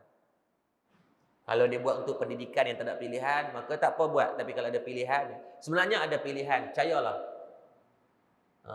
Saya tahun pertama waktu saya belajar di UPNM, waktu tu belum dapat tajaan daripada Kementerian Pertahanan, maka saya pakai PTPTN. Apa yang saya buat? Saya tahu saya bukan orang yang pandai. Saya tahu saya bukan orang yang senang. Maka saya pulun belajar gila-gila tahun yang pertama. Tahun pertama tu, sampailah tahun yang asasi, tahun pertama saya terus dapat beasiswa Bank Rakyat. Bank Rakyat tolong pembayar lamsam selesai kepada PTPTN, maka saya dah tak berhutang. Tapi saya kena apa? Maintain pointer. Pilihan tak tu? Pilihan. Banyak beasiswa Bank Rakyat, beasiswa Tengku Abdul Rahman, beasiswa JPA, beasiswa MARA. Beritahulah ke anak, motivasi pada dia.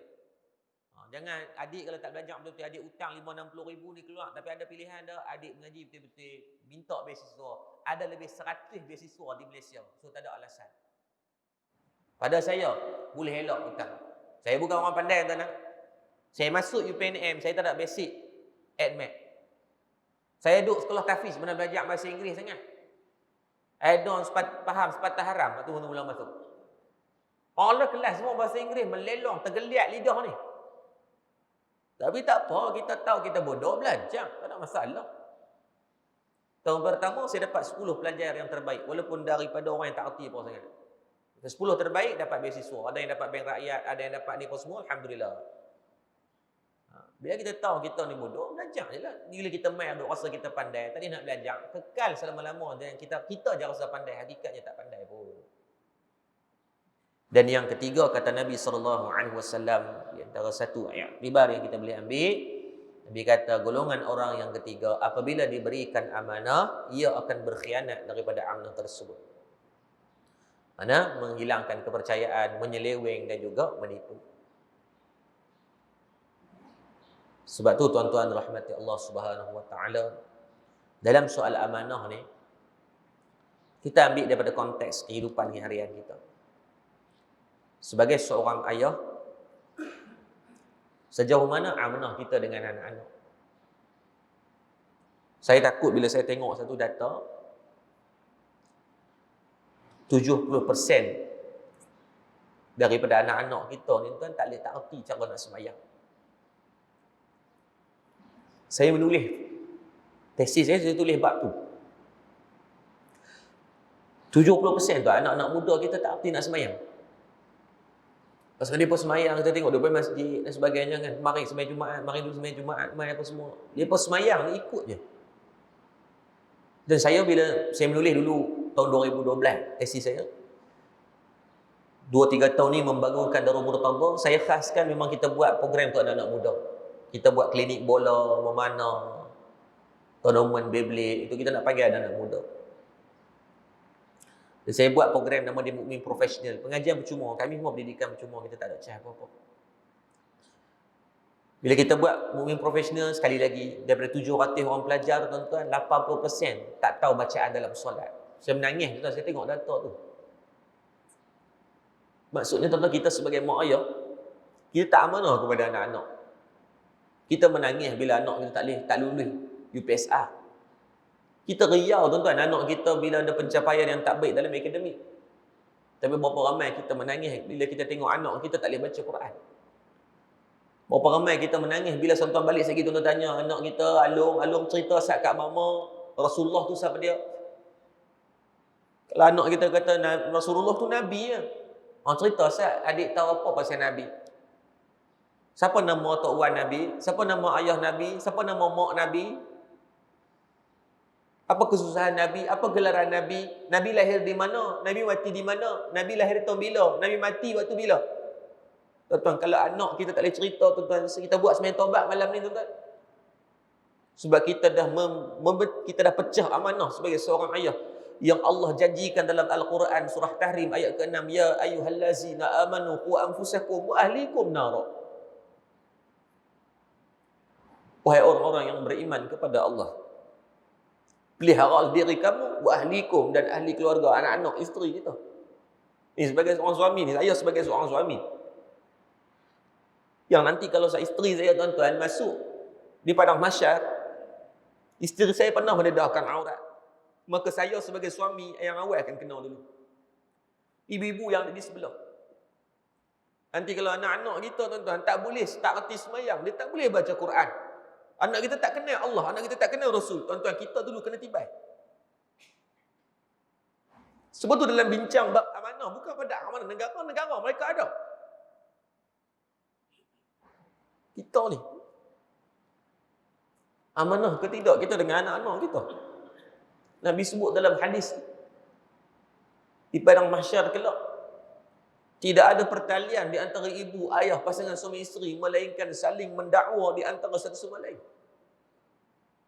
Atas dunia kita tak akan dengar kes anak mak nak saman anak. Tak ada, tuan-tuan, insya-Allah. Kalau ada pun satu dua yang terpencil. Tapi di padang mahsyar semua kita, termasuk di Masjid Pematang Sintuk anak kharah ini pun kita akan buat, tuan-tuan. Ya Allah, ni anak aku, ya Allah. Dulu, ya Allah, dia tak sembahyang, ya Allah, dakwa dia, ya Allah, aku dah nasihat dia. Anak kita, ya Allah, tu mak aku, ya Allah. Padahal kita yang beranakkan dia 9 bulan duduk dalam perut, macam-macam perangai, keluar pun macam-macam perangai, rayau tak berhenti. Berak, patut berak basuh sendirilah kalau kat masyarakat nak dakwa mak dia. Tiba-tiba dia kata, ya Allah, tu mak aku, ya Allah, tu ayah aku, ya Allah. Tak pernah ajarkan aku tentang solat. Tuan-tuan, saya dengan tuan-tuan dah jawab apa? Kita boleh kata, ya Allah, dah saya hantar dia pergi sekolah kebangsaan Pematang Sintuk, ya Allah. Ya Allah, saya hantar dia pergi sekolah nu Maktab Mahmud, ya Allah. Anak kan kata, ya Allah, ya dihantar saya pergi sekolah. Tapi tak pernah dalam rumah dia tanya saya tentang solat. Saya balik cuti, ya Allah, dia biarkan dia bangun mai sembahyang subuh, dia biar saya tidur di rumah, ya Allah. Ya Allah, bila selesai bab sembahyang, anak mai pula, ya Allah, dulu bapa aku di, ya Allah, hari-hari pergi mengaji, ya Allah. Tapi ya Allah, hari ni aku banyak buat dosa sebab aku tak pernah diajak pergi pengajian. Kita akan bela, ya Allah, aku pernah ajak dia, ya Allah, dia tak mau ikut aku, ya Allah. Anak kata, ya Allah, dia ajak sekali, ya Allah, tapi dia pergi hari-hari sendiri, ya Allah. Sebab tu, tuan-tuan, tak ada pilihan. Dalam bab amanah, semua kita pernah buat silap. Betulkan sama-sama. Saya takut saya tengok, kadang-kadang tengok muka anak, dia fikir nanti anak saya Fatih, yang sulung nama Muhammad Fatih Ar-Rayyan, yang kedua Muhammad Faris Al-Mukhri, yang ketiga Muhammad Umar Fahim, yang keempat nama Fahri Wais Fahri. Tengok kata, ya Allah, nanti anak aku ni nak dakwa aku ke, atau nak buat, nak pimpin tangan masuk dalam syurga. Tuan-tuan percaya, tuan-tuan balik lagi, tuan-tuan cuba tengok muka anak-anak masing-masing. Tuan-tuan akan tahu, insya-Allah tuan-tuan akan tahu sama ada anak ni secara tuan-tuan sebagai mak kita kenal anak kita. Baik, buruk, Apa yang dia cakap, apa yang dia makan, apa yang dia pakai, apa yang dia buat sehari, insya-Allah kita tahu. Walaupun kita tak tahu semua.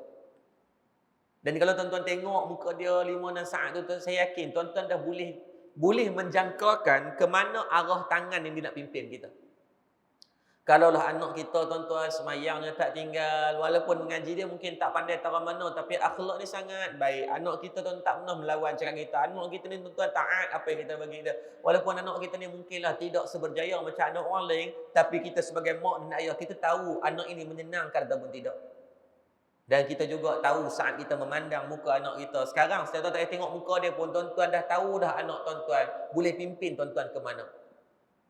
Kalau di dunia tuan-tuan cakap dia melawan. Kalau di dunia tuan-tuan gerak bangun semayang dia penyegan. Kalau di dunia tuan-tuan kepesan dia keluar meronda naik motor. Tak pernah tutup aurat tuan-tuan. Kita dah tahu dah sebenarnya tempat kita ke mana kelak nanti. Lepas tu jangan putus asa. Anak nakal hari ni tuan-tuan, yang pertama, kalau anak kita payah sangat nak semayang, tuan-tuan, bukan hanya kita ikhtiar pergi minta tok guru buat ayat tawak dan sebagainya. Yang pertama, bila anak suruh semayang, tahu nak kena buat apa? Kita dulu bertaubat pada Allah, sebab mungkin ada salat kita yang pernah kita tinggalkan, yang belum kita qada sampai hari ini. Percayalah ada. Contoh-contoh. Kadang-kadang, ini tanggungjawab suami ni sepatutnya. Kadang-kadang bila isteri nak bersalin, contaction berlaku pada pukul 7.40 malam. Waktu tu maghrib masuk, contoh 7.32. Maksudnya waktu maghrib dah masuk. Tetapi masuk tu dia tak ada nak semayang, berlaku contaction. Maksudnya baby nak keluar. Maka ibu-ibu dah nak semayang waktu tu tak sempat dah. Dan tak fikir buat semayang juga tak sempat. Kalau nak semayang pun biasa doktor tak bagi dah.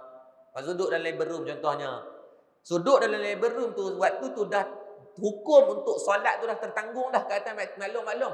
Tetapi disebabkan tanggungan kesakitan tu, maka berpindah kepada suami tanggungjawab tu. Bukan boleh semayang untuk dia. Wajib ke atas suami kena pesan kepada isteri setelah habis pantang. Habis nifas apa semua, kena abang, sayang, saya ingat dah hari tu waktu nak bersalin anak kita, sayang nak bersalin pukul berapa? Dia kata pukul 7.45 abang. Sayang, waktu tu dah masuk maghrib, sayang qada balik solat tu. Kita buat tak macam tu?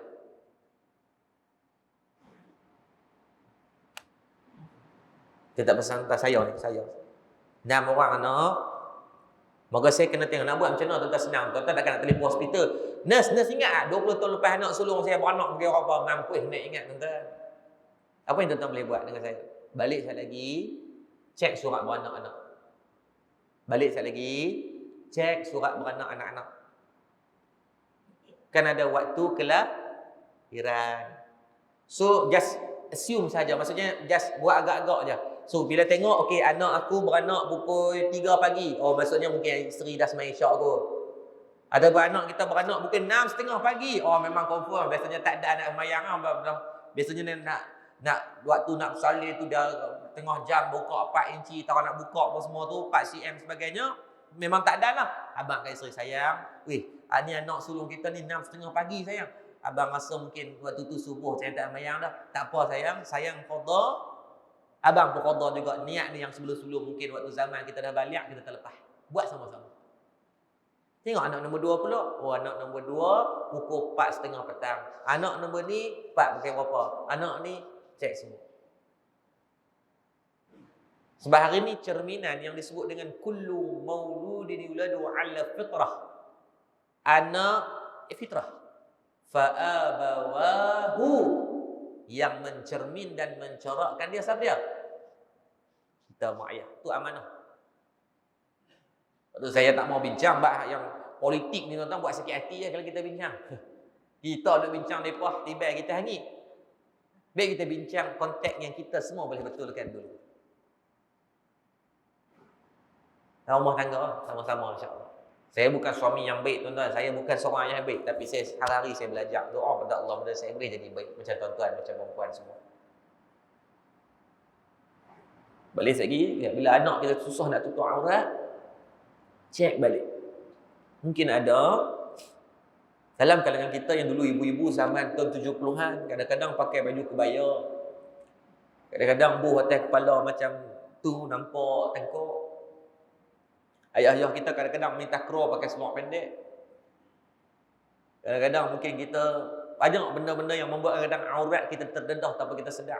Maklum-maklum nak sidai kadang-kadang macam tu kat limah buat tak tahu relax. Sebab apa? Kata tak apa, jiran kami tuan tua dah, dia kata Pak Bilal, Tok Bilal tu dia kata tua dah ustaz, dia pun tak bernafsu, tak stimah tengok saya, bukan soal stim tengok apa.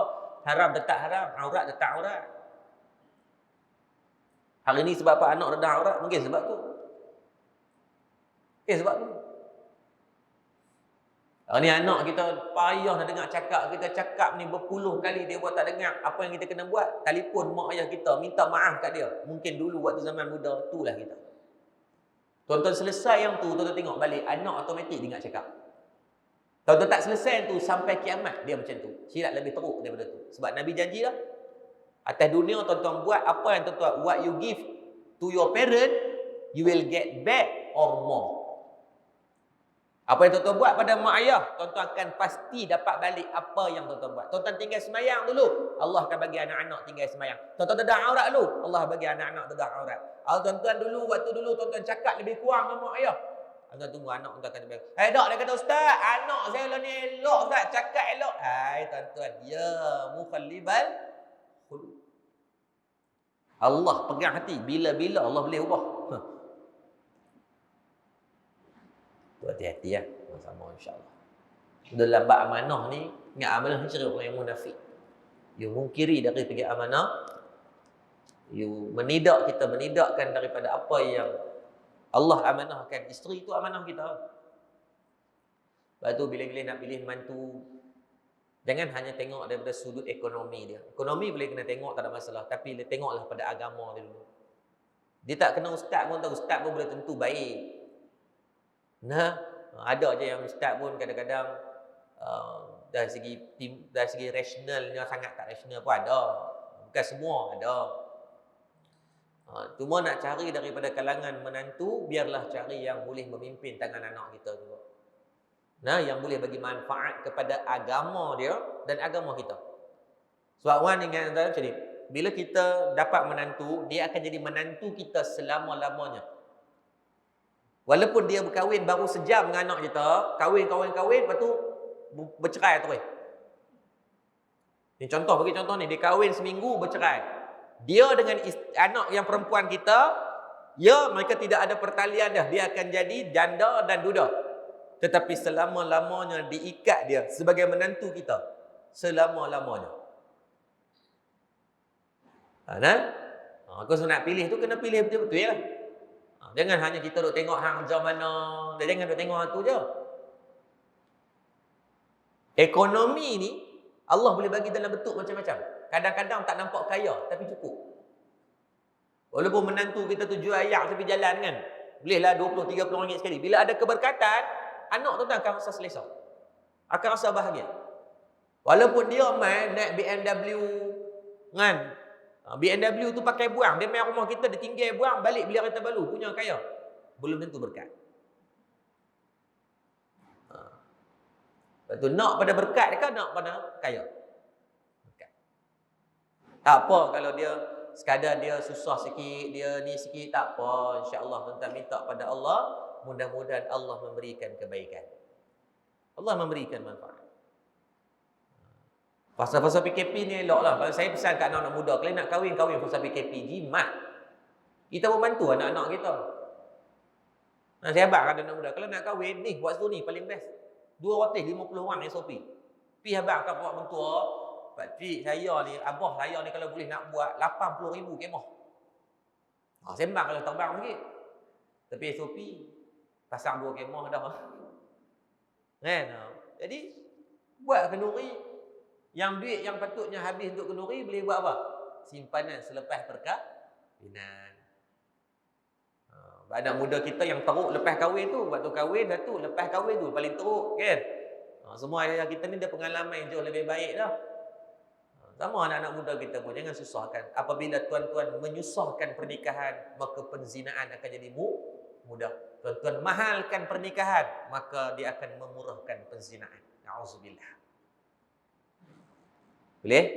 Setiga benda ni mudah-mudahan Allah menyelamatkan tuan-tuan dan saya menipu, mungkir janji dan juga pecah amanah daripada mengambil i'tibar daripada akhlak Rasulullah sallallahu alaihi wasallam berkait dengan Maulidur Rasul. Tuan-tuan, saya mohon maaf kalau mungkin ada kekasaran bahasa, tertinggi suara ataupun mungkin terkata pada mana-mana pihak, itu kelemahan yang anda lakukan. Seperti yang anda maklumkan di awal tadi, anda bukanlah daripada agamawan yang layak sangat untuk bercakap dalam soal agama, sebabkan anda mengenai pendidikan anda bukanlah lepasan Azhar, anda bukan lepasan Madinah, anda pergi di Azhar, yang pertama anda teman isteri, lepas tu anda masuk Ma'had. Duduk di Ma'had ni bahasa mudah, ni macam sekolah menengah lah Ma'had tu. Lepas tu anda masuk Markaz Nil. Markaz Nil ni ada 2-3 hari ni orang ada beberapa orang duk hentam saya. Saya tu tak ada masalah. Saya silap, saya perbetulkan, tu je. Ni kan, bukanlah menjadi ruang untuk kamu tibai dan sebagainya. Tak dapat faedah apa-apa pun. Yang rosak orang awam lah bila tengok orang agamaan bergaduh. Siapa yang rosak? Ni anak-anak muda kita ni. Mereka ni baru nak belajar. Bila tengok lo, ustaz-ustaz pun duk bergaduh lah. Silap betulkan. Kan? Silap betulkan. Tegur bagi elok dan sebagainya. Dan kita pun yang ditegur, janganlah marah. Orang tegur sebab apa? Sayang. Ambil dah sudut kebaikan. Bila dia duduk tikam ni, saya kata tak apa, saya sendiri pun bukan berhajat sangat kalau tuan-tuan orang tak panggil kuliah pun tak ada masalah. Saya berniaga. Saya ada company construction, saya terlibat dengan laburan, saya ada company buku, kedai buku. Saya ada kedai jeruk madu Pak Ali, saya ada. So main mengajar ni suka. Almarhum Ustaz Murtada Husain ada kata mengajar. Hidup macam mana pun pergi mengajar. Cuma saya tetap lah. Rule saya tak mau. Duit nak bagi duit kalau hari ni pihak masjid kata nak bagi duit. Tuan-tuan buat kenduri untuk esok. Tuan-tuan bagi, saya tak main dah. Tak apalah. Saya ada prinsip, tuan-tuan ada prinsip, kita sama-sama ambil manfaat. Kalau ada terkurang, tersalah, tersilap, itu kelemahan anda. Anda minta maaf, menyusul 10 jari dan mengharapkan kita datang tadi dalam keadaan kita tidak ada sikit pun permusuhan. Mudah-mudahan kita berpisah ni pun tidak ada permusuhan, melainkan kalau ada teguran yang mungkin buat ibu ayah rasa sakit hati, rasa marah dengan saya dengan rendah hati saya mohon maaf sangat-sangat. Anggaplah macam nasihat seorang anak kepada ibu, pada ayah atas dasar kasih sayang. Tidak ada nak merendahkan siapa-siapa ataupun nak melebihkan siapa-siapa, melainkan kita semua yang ada dalam masjid ini dhaif belaka. Kita yang ada dalam masjid ini kurang belaka. Maka kita mengharapkan redha Allah, mengharapkan syafaat Rasulullah. Mudah-mudahan keberkatan Maulidur Rasul daripada yang kita dapat hari ini, Allah memberkati keluarga kita, qaryah kita, anak-anak muda kita, mudah-mudahan insya-Allah. So yang baik daripada Allah Subhanahu wa taala atas kelemahan, di atas kedaifan ilmu saya bercakap, saya mohon maaf atas kekasaran bahasa, tertinggi suara atau terkata pada beberapa pihak. Saya tak ada hadiah nak bagi kat tuan-tuan. Tapi saya harap saya boleh bagi satu hadiah. Saya baru siapkan satu buku dan buku ni pun saya tak jual. Saya siapkan buku berkaitan biografi Nabi sallallahu alaihi wasallam. Baru siap minggu lepas. Baru 4 hari lepas kita siapkan. Cuma saya tak bawa buku tu dalam bentuk PDF. Tuan-tuan cetak sendirilah. Boleh? Tuan-tuan ambil nombor telefon ni, nanti tuan-tuan WhatsApp, saya hantar. Boleh? Sebab saya tak ada nak cetak, tak ada apa semua. Sebab saya bagi pun tuan-tuan guna buku ni, tuan-tuan sebarkan pula pada orang lain untuk membacanya juga. Boleh tuan-tuan? So, saya tak ada hadiah bulan Rabiul Awal ni, sunat kepada kita untuk kita banyak bagi hadiah kepada orang. Sebab Nabi suka buat. So, saya pun nak buat juga dapat tumpang pahala tu. So, saya buatkan buku ni, hari juga tim semua tak tidur untuk nak siapkan buku ni. Dia simple je buku ni, silsilah Nabi je. Siapa mak ayah Nabi, Nabi lahir kat mana, siapa isteri-isteri Nabi, siapa anak-anak Nabi, apa kesusahan Nabi, sikit lah. Yang bahasa mudah ni buku yang basic, tapi insya-Allah sekurang-kurangnya kita baca tu kita kenal juga Nabi sallallahu alaihi wasallam. Tuan-tuan, sekali lagi tuan-tuan WhatsApp je atau tuan-tuan call nombor ni, sekali lagi staff saya akan hantar boleh buku ni. Tak apa, saya tak bagi satu buku, saya bagi banyak buku tuan. Saya bagi semua buku satu ada 15 buku, tuan-tuan ambil semua tu. Buku klinik Fatihah, saya tulis tentang klinik Fatihah, tuan-tuan tengok daripada alif bata sebutan yang betul. Saya dah alif bata tu. Macam mana untuk kita betulkan surah Kahfi, kita duk baca saja Kahfi kan, kita dah ada buku. Buku tentang Ramadan, buku tentang Syawal, buku tentang korban. Apa yang sikit-sikit. Sebab saya ni bahasa mudah, saya tulis buku ni untuk budak-budak je. Tapi insya-Allah untuk manfaat kita bersama. Kalau ayah-ayah yang alim pun ambil sebagai panduan untuk hadiah kepada orang lain. Boleh? Ambil nombor telefon ni, kosong ni nombor pejabat dah, 014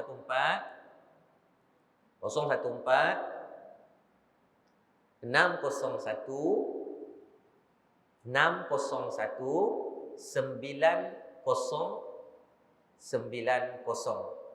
atau 9494 atau 9696.